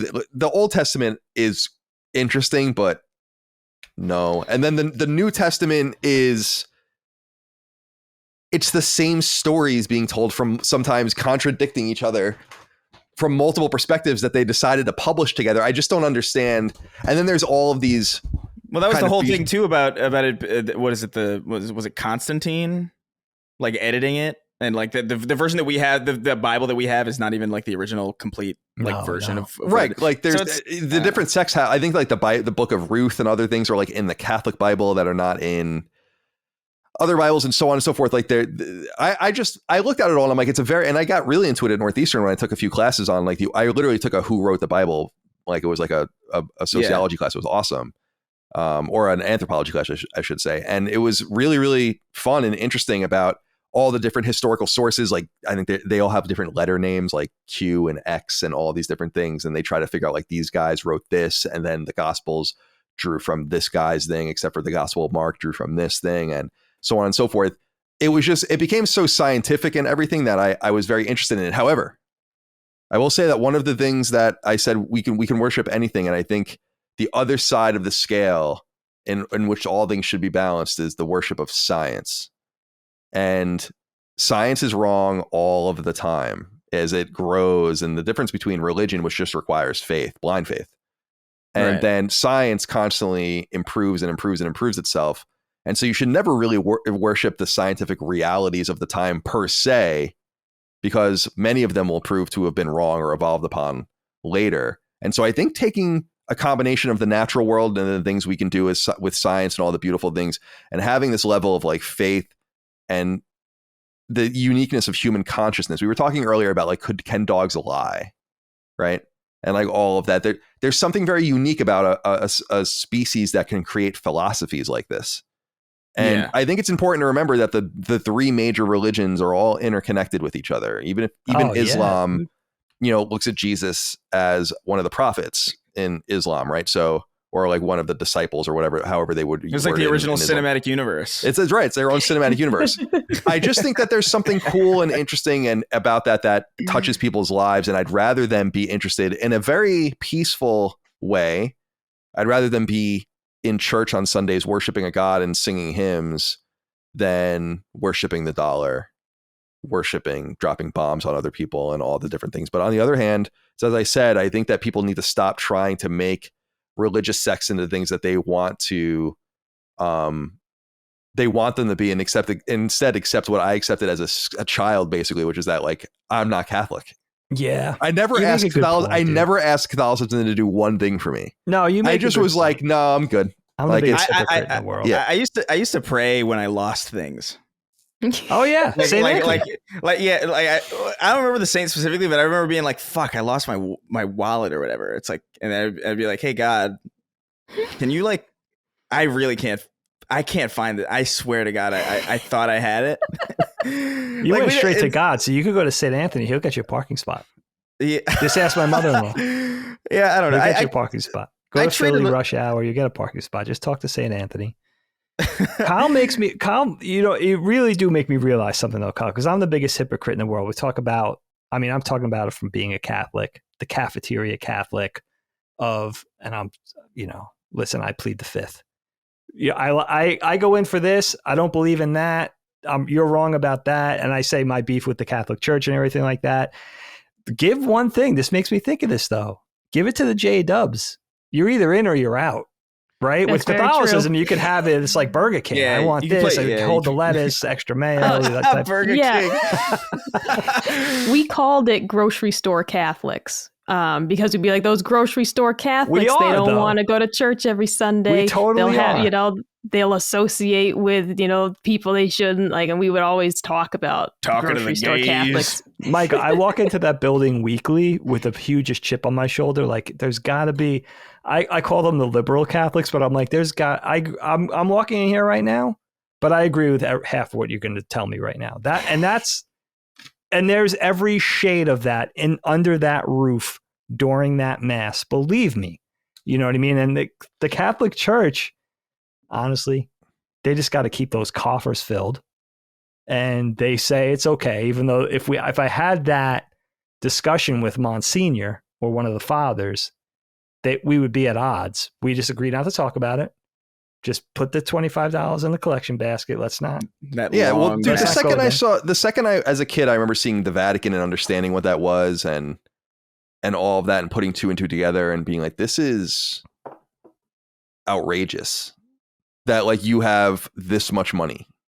And the religion is so powerful. You have a small portion of Italy that's yours. Yeah, and it's made of gold. And it's just gilded. First of all, the amount of Renaissance art and invaluable art is worth untold amounts of money. And then you have just tons and tons and tons of cash and reserves and all these things. It's bullshit. Like not the doctrine, but the way that it's executed, which is why I realized, well, I'm not going to be like Martin Luther nailing the theses into the fucking door. I'm just gonna be like, well, I'm just not Catholic. But I can appreciate it. I can respect it.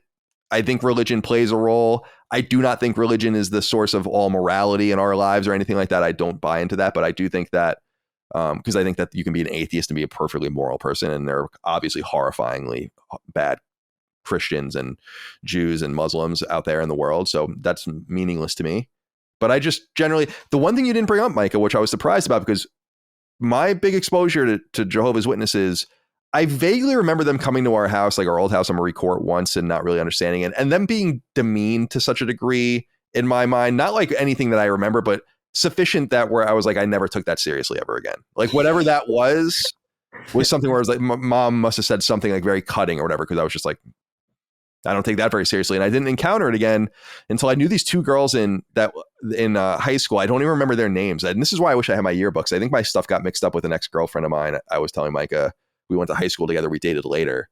And I think she has my yearbooks, which kind of pisses me off because we'll probably never speak again, which is fine. But I would like those yearbooks because then I could go and look them up. But I don't remember their names at all. But they were two Jehovah's Witnesses. They were friends. They must have been friends through their families or whatever in church or in whatever in your temple, or what do they call it? Kingdom Hall. Kingdom Hall. And that's what I was going to say. Dig, do you remember that they built a Kingdom Hall in Brookhaven, down Station Road, I guess, from on Station Road, right when you would get on to Sunrise? Yes. Yeah. That's right.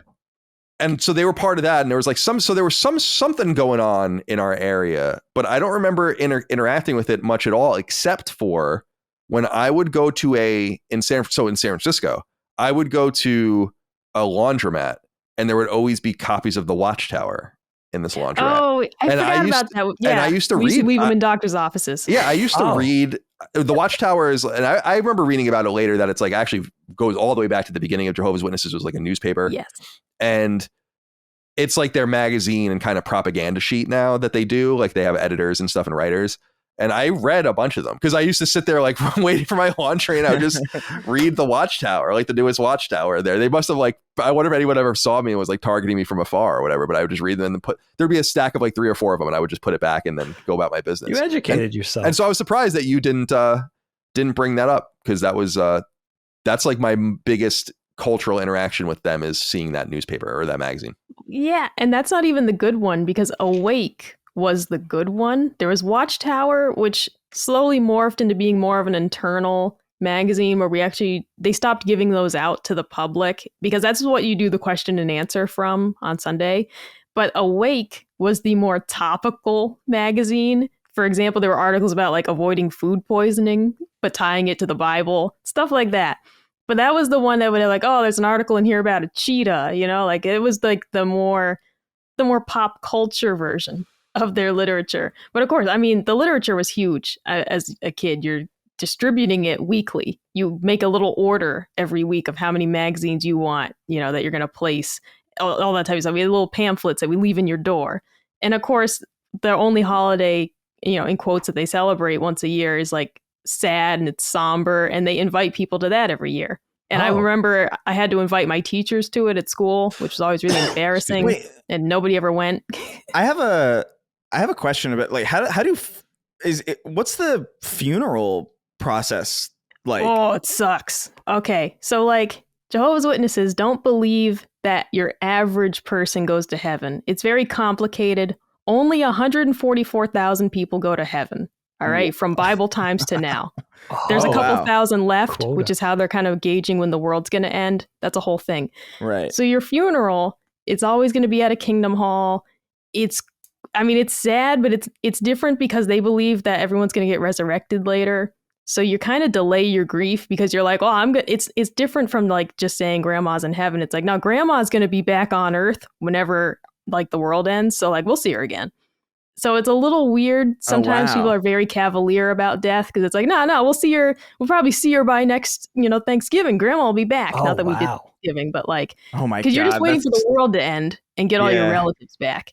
But it's also they don't make funerals about the person because it's about not being egotistical. Yeah, because you're not special, right? Right. So the funeral, they'll be like, Martha was a beloved wife and grandma. And then they'll just do like a normal sermon completely unrelated to Martha, just about Jesus. So, that's your funeral. And it's kind of weird. I don't know. I didn't go to many of them because, just by like chance, not a lot of people died when I was in the church. But yeah, they're strange, man. It's not a celebration of you at all. I mean, it's a very odd thing. Most funerals aren't fun, I would say. But like it's not even about you. That's an interesting twist. Yeah, no, it's you guys can have fun at my funeral. Have a little fun at my funeral. Yeah. Oh no, we're gonna do the thing. We're gonna have your body like attached to a fan, and like the Space Jam song's gonna come on. It's gonna start spinning around the room. It's gonna be great. You guys should do the African dance. The one that goes around with the guys. The coffin dance. Yeah, the coffin dance. Oh yeah. You know what we'll do? We'll have you. We'll petrify you in like a dancing pose, and then we'll wheel you. You know that scene in Home Alone where he's pretending like a bunch of people are home. Right. Yeah. We'll have you. We'll have some guy puppeteer you around the party. We're gonna get Frank Oz to do it. Is he still there? We're not gonna get Jim Henson to do it. No. Frank. I just have one question for you. No. Yeah. The door-to-door experience. Did you ever get one person? Just one. Did you ever hear of one person being like, I'm sorry for this joke in advance, but I can't see like somebody opening the door and being like, yeah, sir. So how does no fun, no cereal, no music, no anything, like, how does it sound to you? And they're like, I'm in. Like, I know you're not selling it that way, but it's like a telemarketing dynamic. I can't see that technique working for recruiting. Yeah, it did work. I never got one. All right. Part of that, though, is because I was a kid and I wasn't very good at it because I was extremely shy and like I'm stammering and it was more just horrible. But frequently people would bring their new Bible studies and they'd start coming to church and it'd be like, this is Linda and I met her, over on Fairway Street and now she comes to church and like maybe she'll stay, maybe she won't. But I did certainly observe people who they ended up getting baptized because Jehovah's Witnesses do adult baptism, not infant. That's a whole other thing. Oh, yeah. But so I did observe like, they knocked on this guy's door and 2 years later he got baptized and now he's in it for life. So like, it definitely does happen. It's rare, certainly, but it does happen. It didn't happen to me, which actually kind of helped with my guilt later in just like reflecting on my life, being like, man, I was like a very judgmental person. But I was like, but at least I never got one. At least I don't have to worry that like Lisa joined the church and like it's my because fault. Of you, like, yeah. I never. But I mean, when you talk about restrictive, man, like back in the 70s, they even limited what married couples were allowed to do in their own bedrooms, like without getting too like crass about it. Like they literally were telling married couples, you can't do this, that, or that. All right, like there was stuff like that. Like that's how. Yeah. No ear stuff. You're like way in the weeds there, man. Like, there was even more tame than that you weren't allowed to do. It was crazy. So trying to sell this to people, you can't hold hands until you're married, but like, no finger you're supposed to be blasting. engaged first. That's a whole. It is like, crazy. how do you sell this to people? How do you sell this to people? It is easily like the hardest thing to sell to people. Yeah. It's like, you're supposed to be. If you're dating someone, you have to have a chaperone until you're married. So like, you can be 40 years old dating someone. You have to have a chaperone. Wow. Oh my fucking God. Else. I mean, it really is just. It's so fascinating. I'm so fascinated by the things that we do because we assume something out there wants us to do it. Like, because there must be like a core of the foundation of the thought process that says Jesus wants you to have a chaperone. You know what I mean? Oh well, like that must be a core of it. Otherwise, why do it? Their whole thing was, I mean, sex before marriage, you're out. That's shunning 101. True, you can't do that. So it's just to make sure nothing happens. But it was, I mean, their interpretation, their Bible's very literal, which is why they don't do the cross, for example, because their translation of the Greek word for cross, the literal translation is a stake or a tree. Now, your average person is like, well, it was a cross. But they're like, the Bible doesn't say that. So that's why they don't have a cross. They're like, well, the literal translation is tree. I did always find that bizarre image. Like, it's cool imagery, the cross, like especially for like when you're looking into like, fiction and like Castlevania and stuff. It's like a very strong symbol, but it is badass. But it's also like part of me feels like, I don't know, you go into church and you would see like they would always have this big statue of like Jesus suffering on the cross, and like there's. It's heavy. I don't know, man. It would be like if you were like heavy. It would be like it would be like if you like really loved Paul Rubens, and so you dedicated like a fan club to him, and in the middle of the hall it was just like a statue of him jerking off in the back of a theater. You know what I mean? Where it's like his worst possible moment. Yeah, we gotta acknowledge it. it. Probably like the worst experience this person's ever had, and it's the way that you're showing love and reverence. It's very bizarre. Well, what I loved about that was like going in the church. I'm like, it's 1988 or whatever. I'm 4 or 5 years old. And I'm looking up at this fucking bleeding Christ figure on the. And then I go home, and my parents are like, oh no, you can't watch Rambo. And I'm like, dude, I was just in there for 75 minutes staring at this dude nailed to a with cross. Railroad spikes. And then you're drinking his blood. Yeah, and you're drinking his blood and eating his blood. What is going on here? It's a lot. It's heavy. All right. Mike, are you satisfied? Yeah, this was very fun. And I do want to offer sincerely to anyone in the audience, because I've had audience members DM me before with like they are contemplating leaving. Okay, well, and like they're contemplating leaving and they're nervous about it. And like genuinely, I am someone you can reach out to. So like I'm on Twitter, I'm on the Discord a lot. You know, I'm in our Facebook group. Like if you are someone who is like struggling with being shunned or contemplating leaving the faith, and you know, I'm here for anybody who is interested in that. There's probably not a lot of Jehovah's Witnesses listening to this because they wouldn't be allowed to. But if by some chance, in secret, you know, well, yeah, I mean, they're not allowed to listen to anything Last Stand Media produces. That's for sure. Or like Radio America in World War II.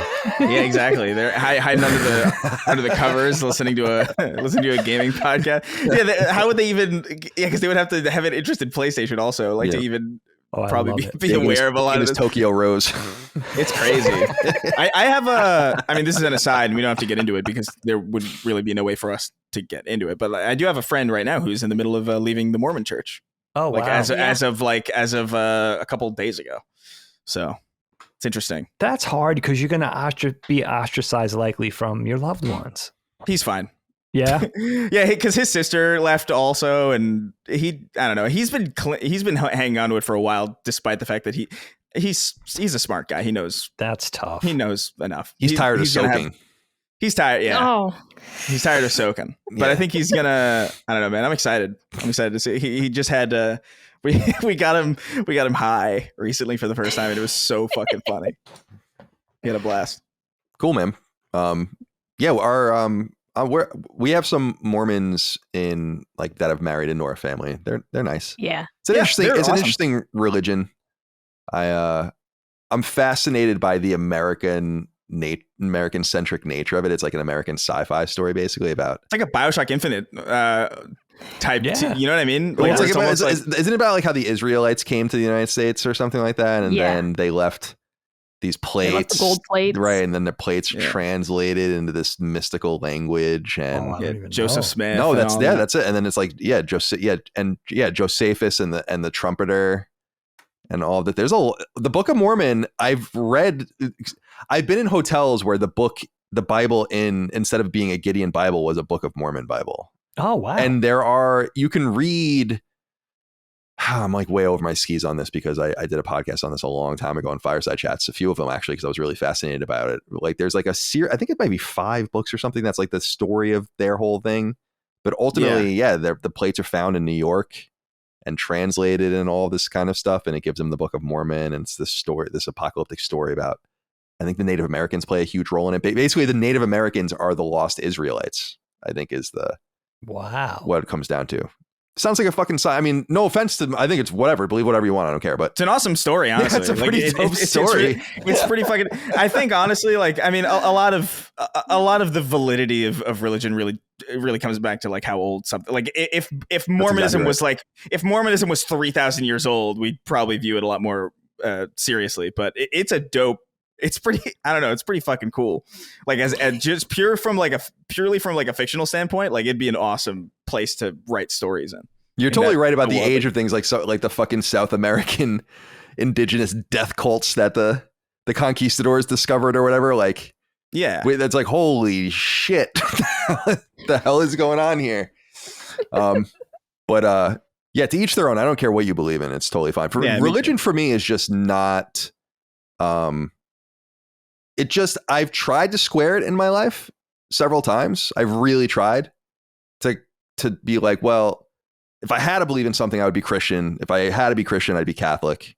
I think I understand that, but I just can't square all of it in my mind. And I think the closest I get to religion, I used to call myself an atheist, and I just don't believe that anymore because I think that's too presumptuous too. There's just so much unknown. I don't know if it's necessarily or probably definitely not the Christian God that might be overseeing everything, but perhaps there is a mystical force. And I've kind of more associated myself with deism or the idea of like passive gods or or energies that like they don't give a shit about you. They don't know you're here. You're the byproduct of something else, but they're there somewhere. That's kind of how I feel about it as well. I honestly, my only issue with it is really just how it affects children. Like I really feel bad for kids going through that shit because it's really, I don't know, it's so needlessly serious and heavy for, you shouldn't be worried about that shit, you know, at 6 or 7 or 8. Yeah, you really should just be worried about reading, writing, math, and having fun with your friends. Yeah, exactly. And that's literally it. Religion and politics and all this, like, no. All right. I will go last and I'll go quick. We've been going long here, but I'm just curious what you guys think about this. Micah and I last night. So a little tip to people. I don't know if it's still going, but this is random and I didn't see anything about it. And then I read something, I think on Push Square or whatever. If you have PlayStation Plus on PS5, you get a 6-month subscription to Apple TV or whatever it's called. Apple TV Plus or whatever. And so I did it and I was like, it actually worked. I had it at one time. I subscribed for a few months to watch that show I brought up in the past, For All Mankind, which I thought was really cool. And I never even finished it. It's like an alternate history space race thing where the Soviets and the Americans are going like much further into space, like to the moon and to Mars and all that. And it's pretty neat. But we got it back and then we started watching the show Severance and we got through the first episode and it's really, I personally think it's fucking awesome. It's totally Black Mirror like, and I'm really riveted. Did you like it, Micah? We didn't really get it because we were kind of tired. I mean, it's fine. Jeez. Man, it's something to look at. There's that lack of tact. Yeah. You should have been like, yeah, Colin. Well, he knows me though. He knows when it comes to like television. All right, I want to watch I Think You Should Leave. All right, I want to watch a guy fall out of a coffin, okay? And then instead I'm watching the guy from Parks and Rec crying in his car. So like, it's fine, I'll watch it. It's no coffin flop. It's not coffin floppers on, what was it, Corn Cob TV? I was laughing at the one recently. We had just watched an episode that I had not seen with the cigar. Where he's smoking the cigar. Yeah, the driving crooner. Oh, yeah, the driving crooner. They're trying to make it look fake. Yeah. Dude, that show is so good. Dude, I was it's like, so that bizarre. is... I can only watch like an episode at a time because I really do think half of it misses completely, in my opinion. But I think that the half that hits usually hits really, really hard and really well. So I have a tolerance of about one episode at a time. And that one was the last one that I was like, that's so fucking stupid. They age well, I feel like. Yeah. But anyway, it was reminding me as I was getting up today. So that was on my mind as I woke up. That was really apropos of nothing. So we don't have to watch that show together anymore. I'll watch it myself. No, we'll watch it. No. You're not ever going to watch it. This is Black Mirror all over again. You're going to be like, I haven't seen the new season because Micah doesn't like it. And it's like, watch it. I work several hours a day. Yeah, okay, you won't watch fair it. enough. It's like, well, just watch it. It's fine. Fair enough. Like I said, it was fine. I didn't dislike it. Yeah. It's just... I was really digging. I think you would really like it if you haven't checked it out. It's the shots of it in it. It's beautiful. I have to watch that. Yeah, I think anyway, they were on my mind as I was waking up today and I was thinking about their ubiquity in my life. And I was like, wow, so streaming thing's not going to be permanent. I'm not paying for this. So by the time I have to kick into my own credit card, I'm going to get out of this unless something comes along. But I was like, okay, we got the phone, we got the watch, people have the computers and all these things. And I love the topic of Apple because it's a very divisive thing for some reason. And I personally look at Apple as something that even if you don't use Apple products, which is fine. I don't use every Apple product. I use some Apple products. Some Apple products I've used and really haven't cared for or haven't been stuck with. So I'm not like a total fanboy by any stretch of the imagination. And in fact, I have the lowest fi Apple shit you possibly can, including an iPhone with a button and the SE watch. So I'm not really a hi-fi user of their products at all. But we kind of should take pride in them, I think, as Americans and as people interested in technology around the world. They're an incredible company, in my opinion, that was really there at the very beginning, the personal computer with Apple One and the Homebrew Computer Club. And I love the history of Apple and the history of personal computing. And I've recommended so many books to you guys in the past. And it's such a fascinating topic for you guys to research if you want. But right on to Apple II and Lisa, which was a failure, but then, of course, Macintosh and so on and so forth. And then almost dying and going away and really being a quarter or two away from insolvency in the mid-90s to being revived by Steve Jobs, who comes back after being fired ignominiously in the early 80s, comes back and saves the company basically with all of his vision for first iMac and then iPod and iPhone and iPad and the things he's responsible for.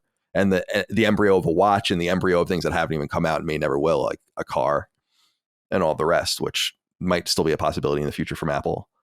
And I think it's pretty neat that this company is scrappy. They seem to be good global, national, and civic citizens. They don't really seem to have issues where they're being sued left, right, and center for data breaches and treating their employees badly or what. Like, I actually, and I should say I'm biased, I guess in some sense I use their stuff, but I also know people that work there and have worked there, lots of people over the years. And it's a good place to work.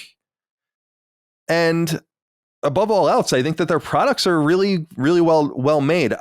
When I was at IGN, my last few years at IGN, I used Apple. I used like a MacBook, and that's the one thing where I'm like, when I had the opportunity to go back to PC, I did, because I just think PC's snappier, and for what I need it for, I understand Windows better. But people like Micah uses a MacBook, and otherwise, I've been with iPhone since probably 2011 or something like that, or 2010. And I got the watch more recently. I had an iPad, although I wasn't into it. So that's one of the products I wasn't into. But I do find the vitriol that Apple creates in some people just very confusing. I don't understand what they don't understand about the quality of the products and why people buy in.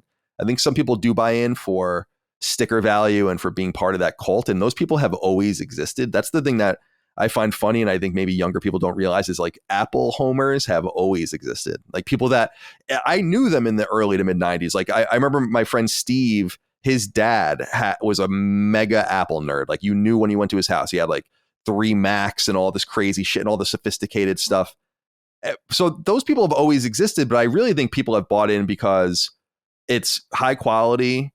It works really well. The interconnectivity is nice, and most people don't give a flying fuck if you can do anything special with their phones, or can you install another operating system on it, or it's like people don't care about that. Like there's a small group of people that care about that in the Apple ecosystem, and then other people just want the connectivity, the quality. And I speak to, as a consumer myself, I guess in some defense, because I've really never had a bad product from them. I've had products where I was like, I don't really want to use this. I think the iPad is probably the biggest one, where I had an iPad 2 and I was so excited. Actually, my friend who's an artist at Apple still to this day got me a discount on it, and I was so amped. And I'm like, I ended up using it as like a book, like an Kindle. Yeah. And again, like I said, the MacBook had very high quality, incredible high quality, and so durable, like just the build quality. But I just wanted to bring up Apple, just get that out there. Again, I don't own stock in Apple. I don't particularly want their highest quality things, their $3,500 augmented reality glasses and shit. Like, I'm really not interested in that. But I think that they're a really wonderful company with a true heritage in American technology, very much like a lot of the early companies that I still kind of root for, even though they're becoming more increasingly irrelevant, like Intel and others, where it's like, damn, dude, that sucks. Intel was an original investor in Apple. Intel was making microprocessors when no one even knew what that was. It sucks that they're not still around, but Apple has survived all of this time. And, IBM kind of exists in a different way now, and so on and so forth. Xerox, which could have dominated personal computing, is an irrelevant company by the standard of where it should be, considering it invented so much of what became the Macintosh, and so on and so forth. Anyway, I wanted to go around the horn and just get everyone's their gut takes on Apple. Chris, let's start with you.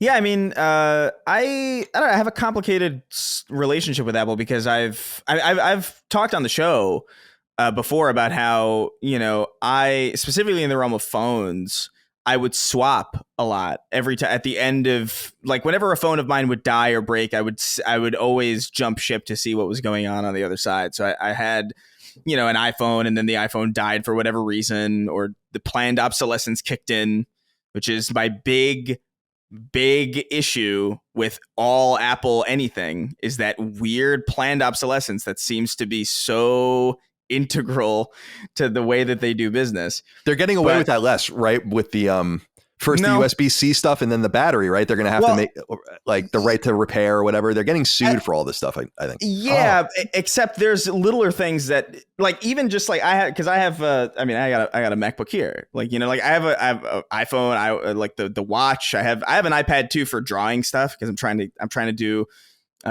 more drawing and I'm fucking around on Procreate a lot. It's cool. I like the Apple ecosystem. I like Apple products. It's just like I remember a couple weeks ago, maybe a month max, I opened up my laptop and I went to open up Discord and it said, you can't do that anymore.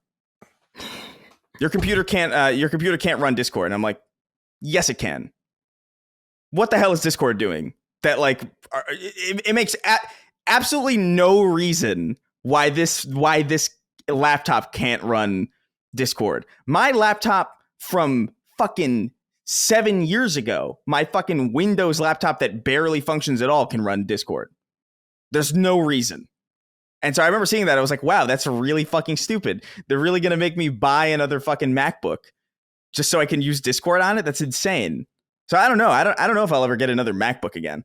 But I like everything else. Like I like the phones. I think the phones are really solid technology. I remember specifically editing a lot on Macintosh computers when I was studying, when I was in film school, and I was doing that because PCs were very tricky for them for whatever reason. A lot of Photoshop, a lot of web design, a lot of that stuff was taught in my life on Mac computers. So I have a pretty healthy knowledge of both ecosystems. I have my preferences. I have certain things that I like about each one. Obviously, the versatility of a PC is really useful. The modularity of it, the fact that if something does break, I can go and fix it on my own. I don't need to rely on customer service to charge me an insane amount of money to repair something that is very easily done for like a quarter of the price by some dude in some PC repair shop across the street.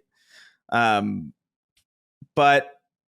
I don't know. I still like Apple. Like I like what they do. I like the style. They have especially a really good grasp on timing, or at least they did. I don't know how true that is anymore necessarily with Jobs' absence and this new kind of era that they're kind of moving into with Tim Cook. But they really understood how to time things perfectly, and they knew how to market things really well.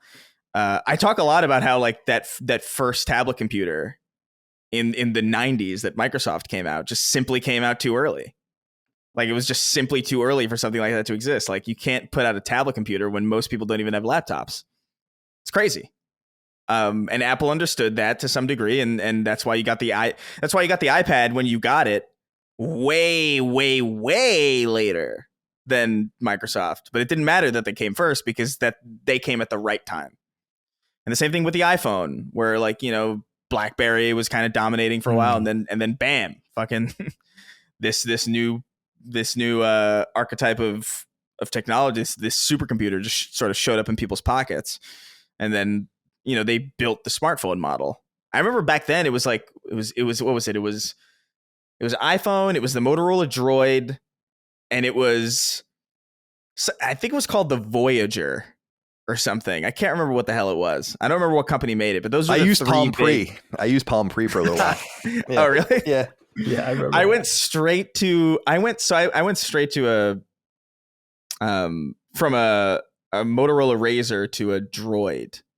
And I remember that was like a quantum leap in and of itself, let alone the iPhone a couple years after that. So I don't know. I think the story of it is fascinating. I think Steve Jobs is like a really interesting guy. Oh yeah. I think awesome. The fact that he's by most accounts kind of a psycho makes a lot of sense. Because I do think there's a degree of like you need to be that insane to do half of the shit. Because if you're sane, you're not going to try to do half of the shit, right? Because you know the odds of succeeding. You know, I think that's just generally true.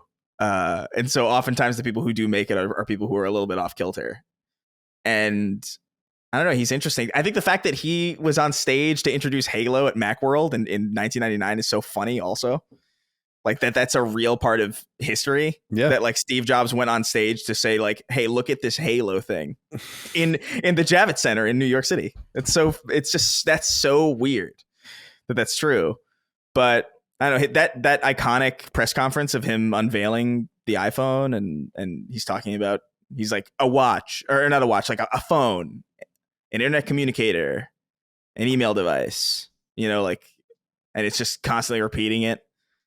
it's interesting stuff. And I think the story of Apple's interesting. I think that the rivalry between Apple and Microsoft is super fascinating. I think their dominance is interesting. It's a little concerning, again, just because I really don't like the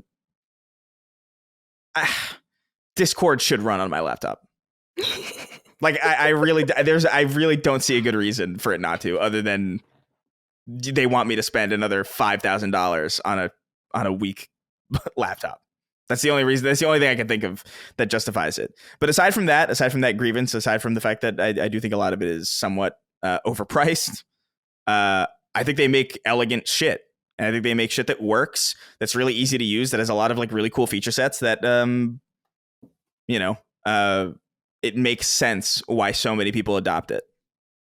Yeah, I feel the same way from that perspective, that it seems so obvious. Like I understand people not wanting to use it. I have no problem with people using Android. That's totally fine. Do it. Yeah, Android, but I just find the problem with people not like having such a problem with why people like Apple, like as if it's right. Not obvious.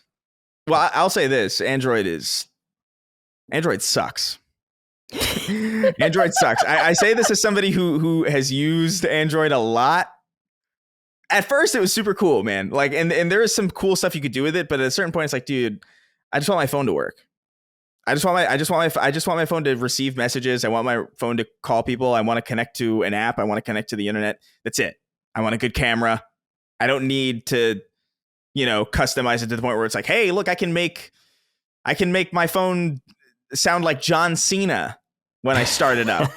It's like, it's cute. It's very cute. But like, I don't need it. I need functionality over all that stuff. Your green text messages are fucking everything up out there too. Just so you know, it is disgusting. Ugly. It is disgusting.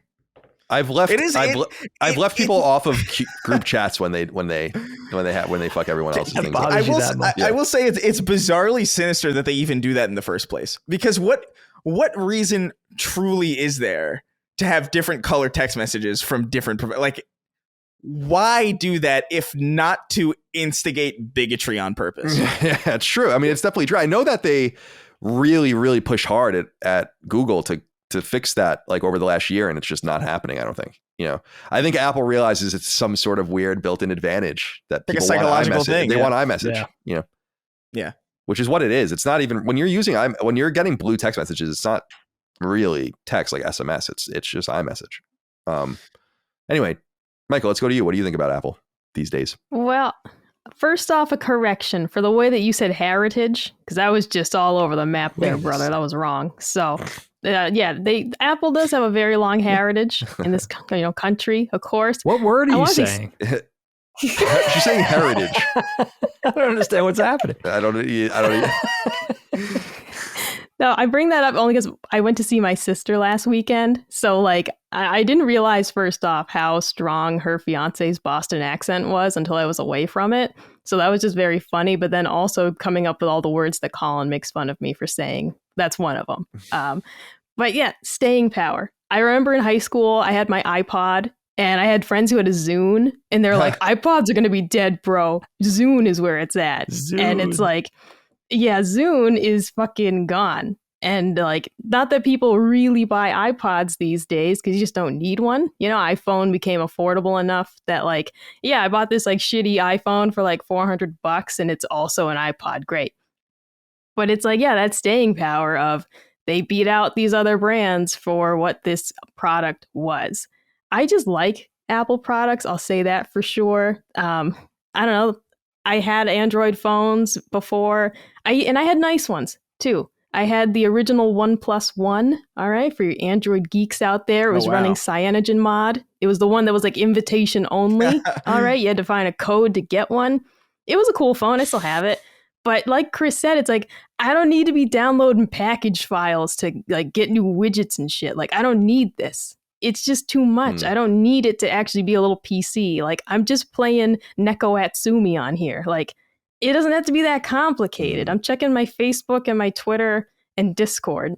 It just doesn't have to be more than that for me. So exactly. Ease of use is where it's at. I do have to, Colin, did you tell the button story on any of your shows? No, I don't think so. No. Okay. Can I tell it? Yeah. Go ahead. No, okay. Well, very recently, Colin was talking about how cool the button is because we have the iPhone SE and like how we still have the button. But Colin said something about the button, like how like it feels so good. And I was like, well, it's not a real button. And he was like, what? And I said, it's just the vibration. Like when you shut your phone off, that's not a real button. It's just a feeling, you know? And so I shut my phone off to show him. And like, I could just tell it was like one of those like mind blowing moments of like, you're telling me that this isn't a real button.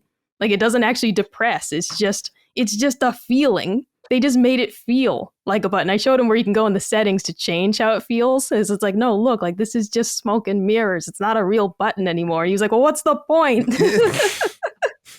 That is funny. I knew the circle wasn't the button anymore, but I thought it was like depressing the case, like the phone. It feels like you're pressing it. Like the bottom half of it, you know, like maybe it was like flexible enough that it like indents a little. Yeah, exactly. Like it was supposed to be.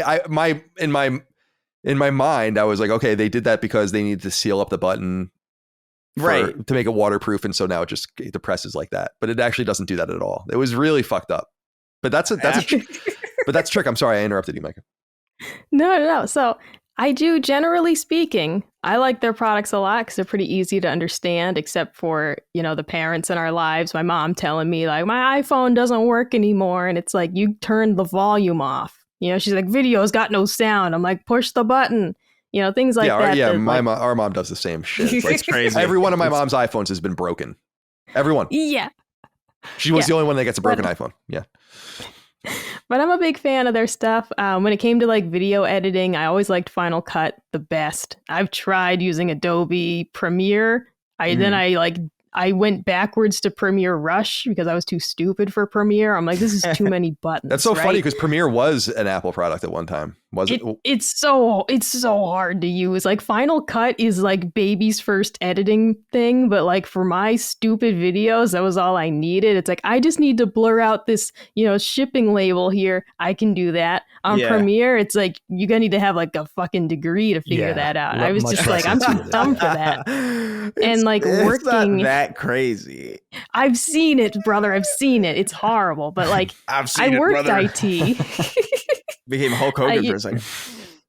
Even like at my job, I was always relieved when people had Macs, only because it was 10 times easier to diagnose the problem because there's just so much less that can go wrong.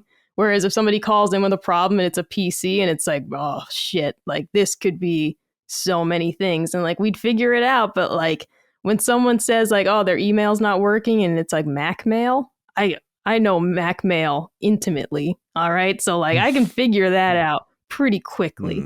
But if it's like anything else, it's just like, man, this opens up a whole can of worms. So especially in my professional life, I really enjoyed working with Mac only because it so greatly limited what could go wrong on like the user end and the problems that I had to fix. But the last thing I want to say about apples is, of course, that Cosmic Crisp is the best apple that you can buy. This is a hybrid apple out of Washington State. I believe they were developed at Washington State University. But I also want to shout out a lesser known apple at a New York State. This is the Macoun. All right. You're not going to find these at a lot of stores, but you might find them at an orchard or like a farm stand. That's the best apple I've ever had. I haven't had one in years. I don't know if the lineage is still good, but I'm going to recommend those to everybody. Cosmic Crisp. You can get those at a grocery store. Macouns, if you can find them regionally, you know, New England area, give those a try as well. Those are maybe the best apples I've ever eaten. You tied food in. When I learned how many types of apples there were, I got so angry. There's a lot. There's a video. I don't know if you've ever seen the video of like the rat that clenches its fist in rage. Have you ever seen that video? I don't think so. You've never seen that? I love that video. It's just a rat who gets like this other rat like brushes up against him and he squints his eyes and he like shakes it. He shakes his fist. I've never related more to a rat in my life, but it's an upsetting degree of like, I really thought it was just like, I don't know, Granny Smith's red green. Yeah. And even Granny Smith's, I was like, I don't know what the fuck they're going with that name convention there. I don't understand it, but like I accepted it because it was so limited. Now there's like Macouns. I don't know, man. Too much. So many. There's got to be scores or hundreds at this point. Yeah, there's hundreds. Yeah. And you need them because actually Red Delicious apples have now been genetically altered that they don't taste the same anymore. And people are mad. So like, I mean, they were always bad. Let me just say, they're bad. If you like Red Delicious apples, like you're either a toddler or you're 80. They're the fucking worst apples you can buy. Golden Delicious, even worse. But like that category, they're horrible apples. And so like we needed new apples because like what we were eating before, kind of like what happened with bananas, is like bananas are better now. But like what happened with apples is Renaissance. Did they name the delicious apples ironically?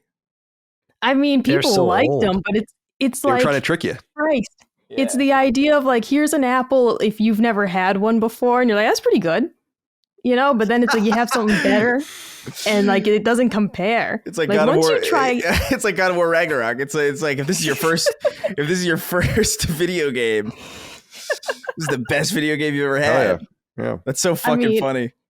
I've had people on Twitter who've gone and bought the Cosmic Crisp apples, all right? And they like trying them on their family. Everybody loves these, all right? I mean, that these name are is top fantastic. tier apples. The branding it is a good name.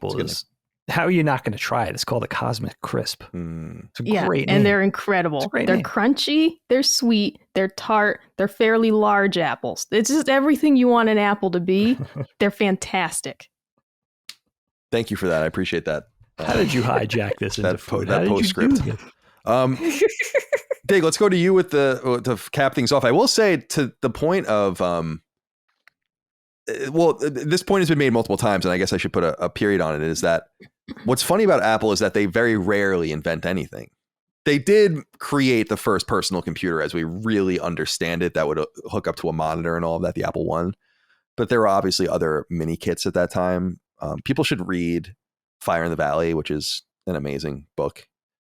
All about that stuff, or just watch Pirates of Silicon Valley, which is awesome, which is based on it, starring Noah Wyle as Steve Jobs. But it was really Steve Jobs that had the vision for what things could be. Like when Wozniak created the Apple I kit, he didn't understand what he had made. He like didn't truly understand the potential of it. And when they went to Xerox and basically jacked the Ethernet cable and the laser printer and the mouse and the GUI and all these different things, or the GUI, Xerox sat on that shit for years. They had no idea what they had. They could have ruled everything with that stuff. It required someone with vision. And so the same thing's true with MP3 players and smartwatches and smartphones and all of these things. It's just, that's why I agree with you, Chris, that it feels a little different in his stead, where they don't really seem to be as revolutionary as they used to be, because it really was about the vision of one person in some sense to like go all the way. There's that famous story of the iPhone 1 prototypes being with some of the Apple executives, and Steve Jobs was using his, I guess this was in 2007, and he was using his, and they originally had glass, like these glass cases on them, like glass screens, and he realized his keys were scratching the shit out of the phone, and they apparently had millions of them manufactured already, and they went through and took them all apart and put different glass on all the phones, because he was like, the first impression is everything. Like people will never get over like how easy these things scratch. We need to do something about that. That's vision, and that's like balls, you know. So anyway, Dig, what do you have to say about Apple? Yeah, I mean, I have a legacy with Apple. It's meant different things to me at different times. I've been around a little while. Apple's been around a while. I was thinking about, you know how I love my Bill Burr. I was thinking about what he was saying about Steve Jobs and his stand-up routine, basically saying like he would think of all these really good but very vague, broad ideas, like what if we could fit our entire music collection inside this little matchbox-sized device, you know? And then he would just task the most brilliant people on the planet to go toil away anonymously until they come up with this thing, and he would just take all the credit type of thing. But again, visionary, right? And a maverick. You know, I always think about him being associated with Pixar. I mean, he's the guy who put Pixar on the map. He's the one that bought them and infused them with money so they could be a thing and everything like that before they became. And that has to do with Next computers and stuff, right? And all that. Yeah, that stuff, it all. Xerox is tied into that story. Lucas, Coppola, like it's a big. I think the book Droid Maker goes into that whole thing about how all those cats were connected. You know what? Yeah, people can go read about it. Like after Steve Jobs was fired from Apple by the Pepsi guy in 1983, I think it was. Yeah, he went and founded a company called Next, NEXT, and their whole thing was like making mega powerful personal computers that I guess were going to be used in early rendering and all of that, which is how he got into Pixar and all this stuff. All the graphical. And then he sold it to Apple. Yeah. Yes. I mean, he's a pretty fascinating figure. And you know what? I mean, right now, what fascinates me about Apple the most, I think about this a lot actually, because just think about it from our perspective right now, like the current landscape. How many people do we know over the age of 10 with a phone, right? Everyone we know has a phone as long as they're like 10, 11 or older, right? So everyone has a smartphone. So I always think, and I did a little hasty research on this. I'm not sure how accurate it is, but I think about this a lot. Like how many people actually have an iPhone, let alone another Apple product, right? And you think about all the things we own, clothing, cars, home appliances, TVs, the list goes on and on. There's usually a pretty big variety of brands that we could choose from, right? So they think, for instance, in the United States currently, right now, about 9% of drivers are steering around a Toyota, for instance, right? And I thought this percentage was going to be much higher, but it turns out they think in the US currently, domestically, about 54 to 55% of people have an iPhone. I thought it would be higher than that. But think about that statistic. A huge corporation like Toyota having 9% market share in the United States and Apple having 54%. That's incredible. We have never seen anything like that. I mean, not even, think of another thing like Levi's. You know what I mean? There's probably 40, 50, 60, 70 blue jeans companies, right? So there's not that much choice. You know, we happen to just have iPhone. We just own an Apple product. A lot of us own an Apple product. It's pretty incredible.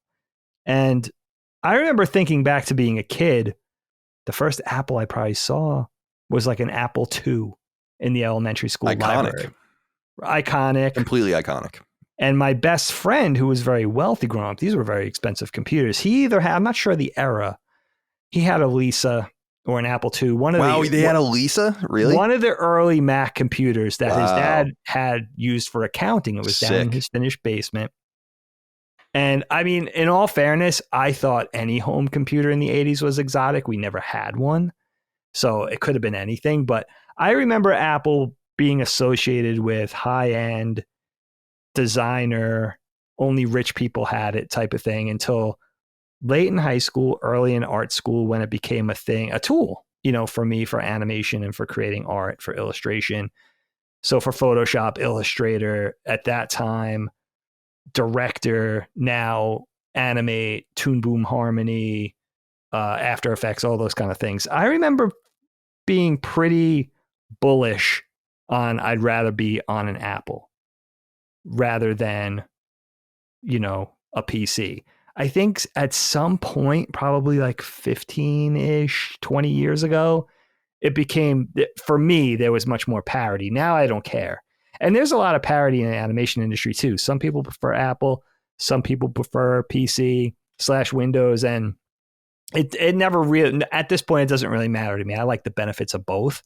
But there was a point in time where I would have definitely preferred the Apple. I mean, what stands out to me though, and the Mac, what stands out to me though about them and has always stood out was how influential the company is in terms of design and image, not in just the final product, not in just the iPad or the iPod or the phone, you know, or the iPhone or the MacBook, but they have this very sophisticated household name, clean, crisp, like Chris said, elegant, almost sterile, a less is more, a sort of beauty and presentation that, and a consistency in their image and their marketing and sort of their brand identity that's very rare in a company. Not only is it instantly recognizable, but it's very consistent.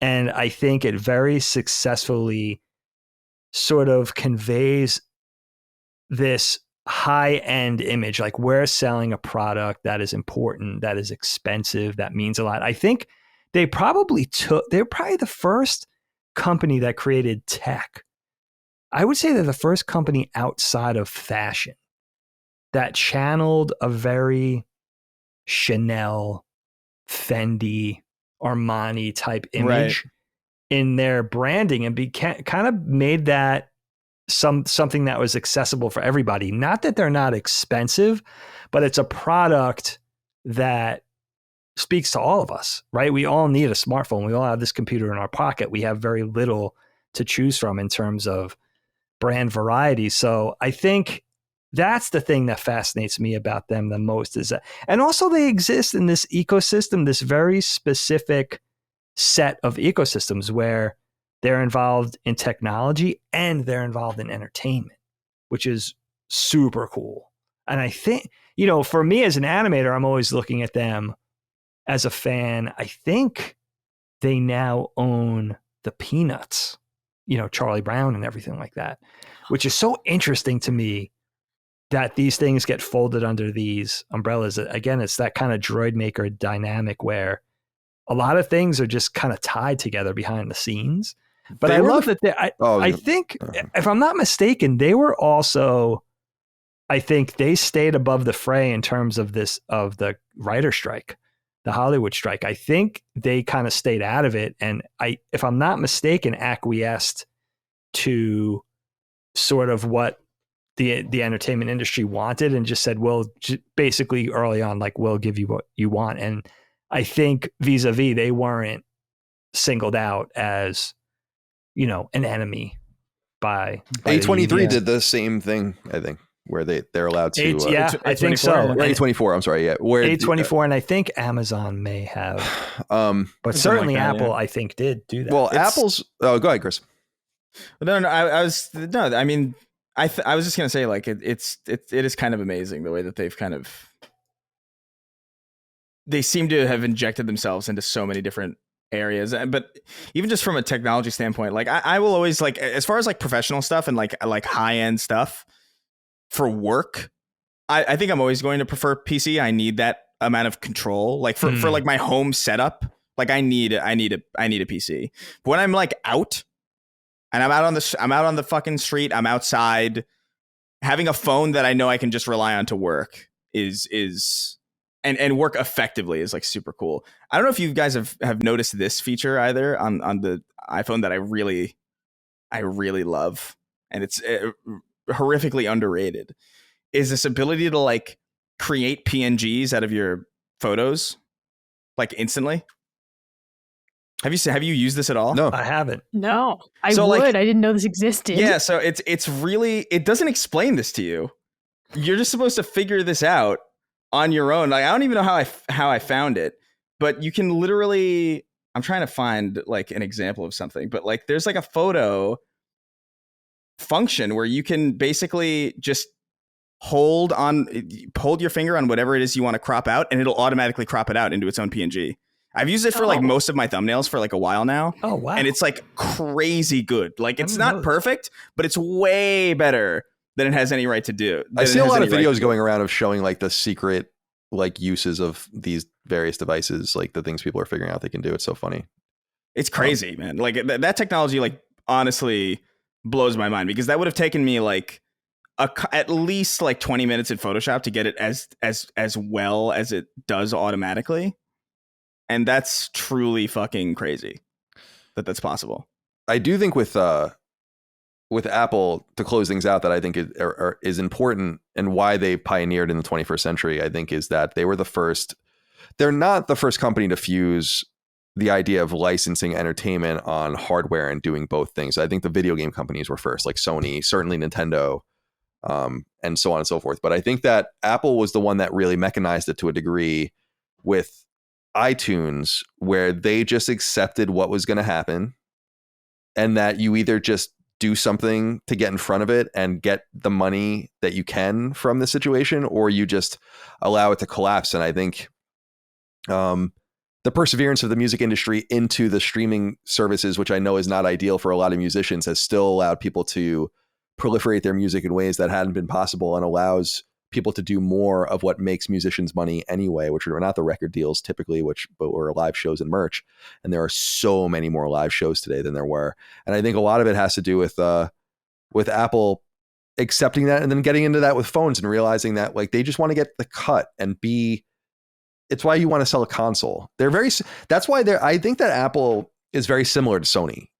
Or that when people say like, oh, what if Sony was ever purchased by a big conglomerate? I'm like, I would hope it would be Apple. They seem to be the ones that kind of go together in that sense. But hopefully that never happens at all.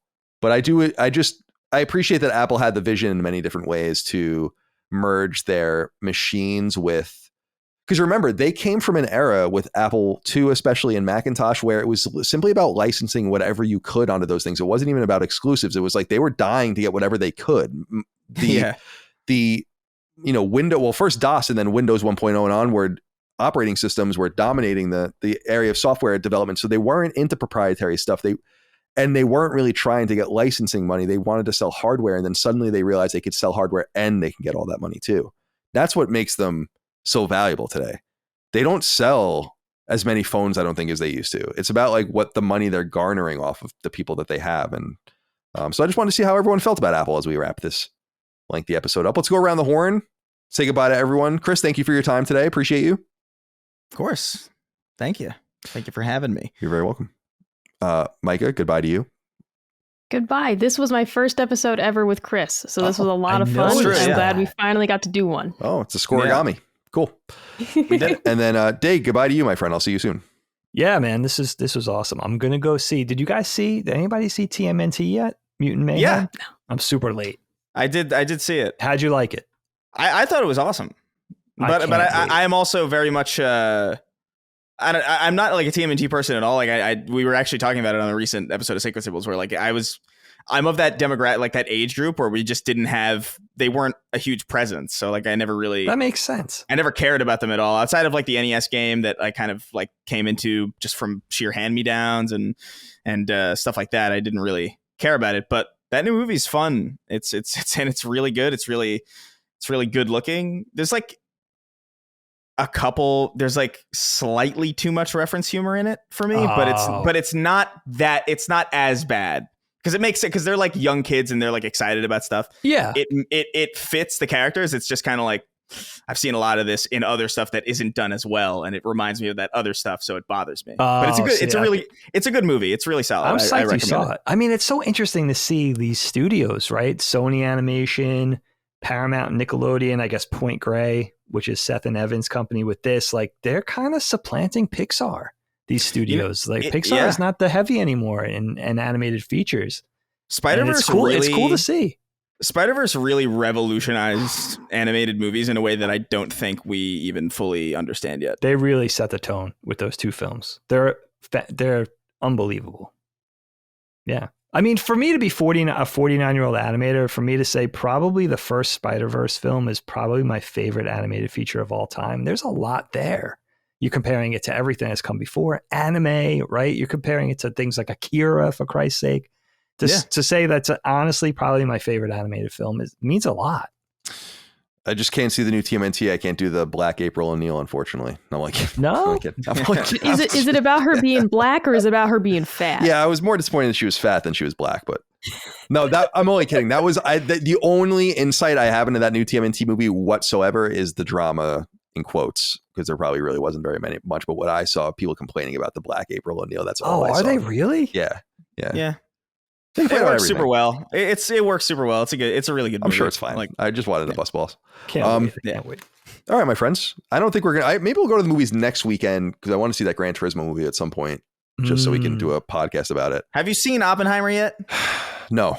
All right. Whatever. No big deal. I'll see it. I promise. I will see it. We will go. I was going to want to try to go maybe this weekend, but we have to go to a barbecue tomorrow. We're recording. It's actually Friday. A pizza party. Oh, I'm sorry, pizza party. Whatever. It's really hot here. But anyway, time to go. Thank you guys appreciate your time. Thank you all out there for your love, kindness, and support. Appreciate you. Patreon.com/LastStandMedia, early ad free access, laststandmedia.store for merch. Till next time. Goodbye. Constellation is a product of Last Stand Media and Colin's Last Stand LLC and is proudly recorded in the USA. The show was conceived by and is directed and hosted by me, Colin Moriarty. My co-host is my brother, Dagan Moriarty. The show is produced by Last Stand's executive producer Dustin Furman and is edited by associate producer Ben Smith. All Last Stand theme music is by Ramon Narvaez, and all of our graphics and logos are by Dagan Moriarty. As you know, all of Last Stand Media's podcasts, including Constellation, are fan-funded on Patreon at patreon.com/laststandmedia. The following names are at the producer level on Patreon, our highest support tier, and we're infinitely grateful for your thoughtful and kind contributions to our independent endeavor.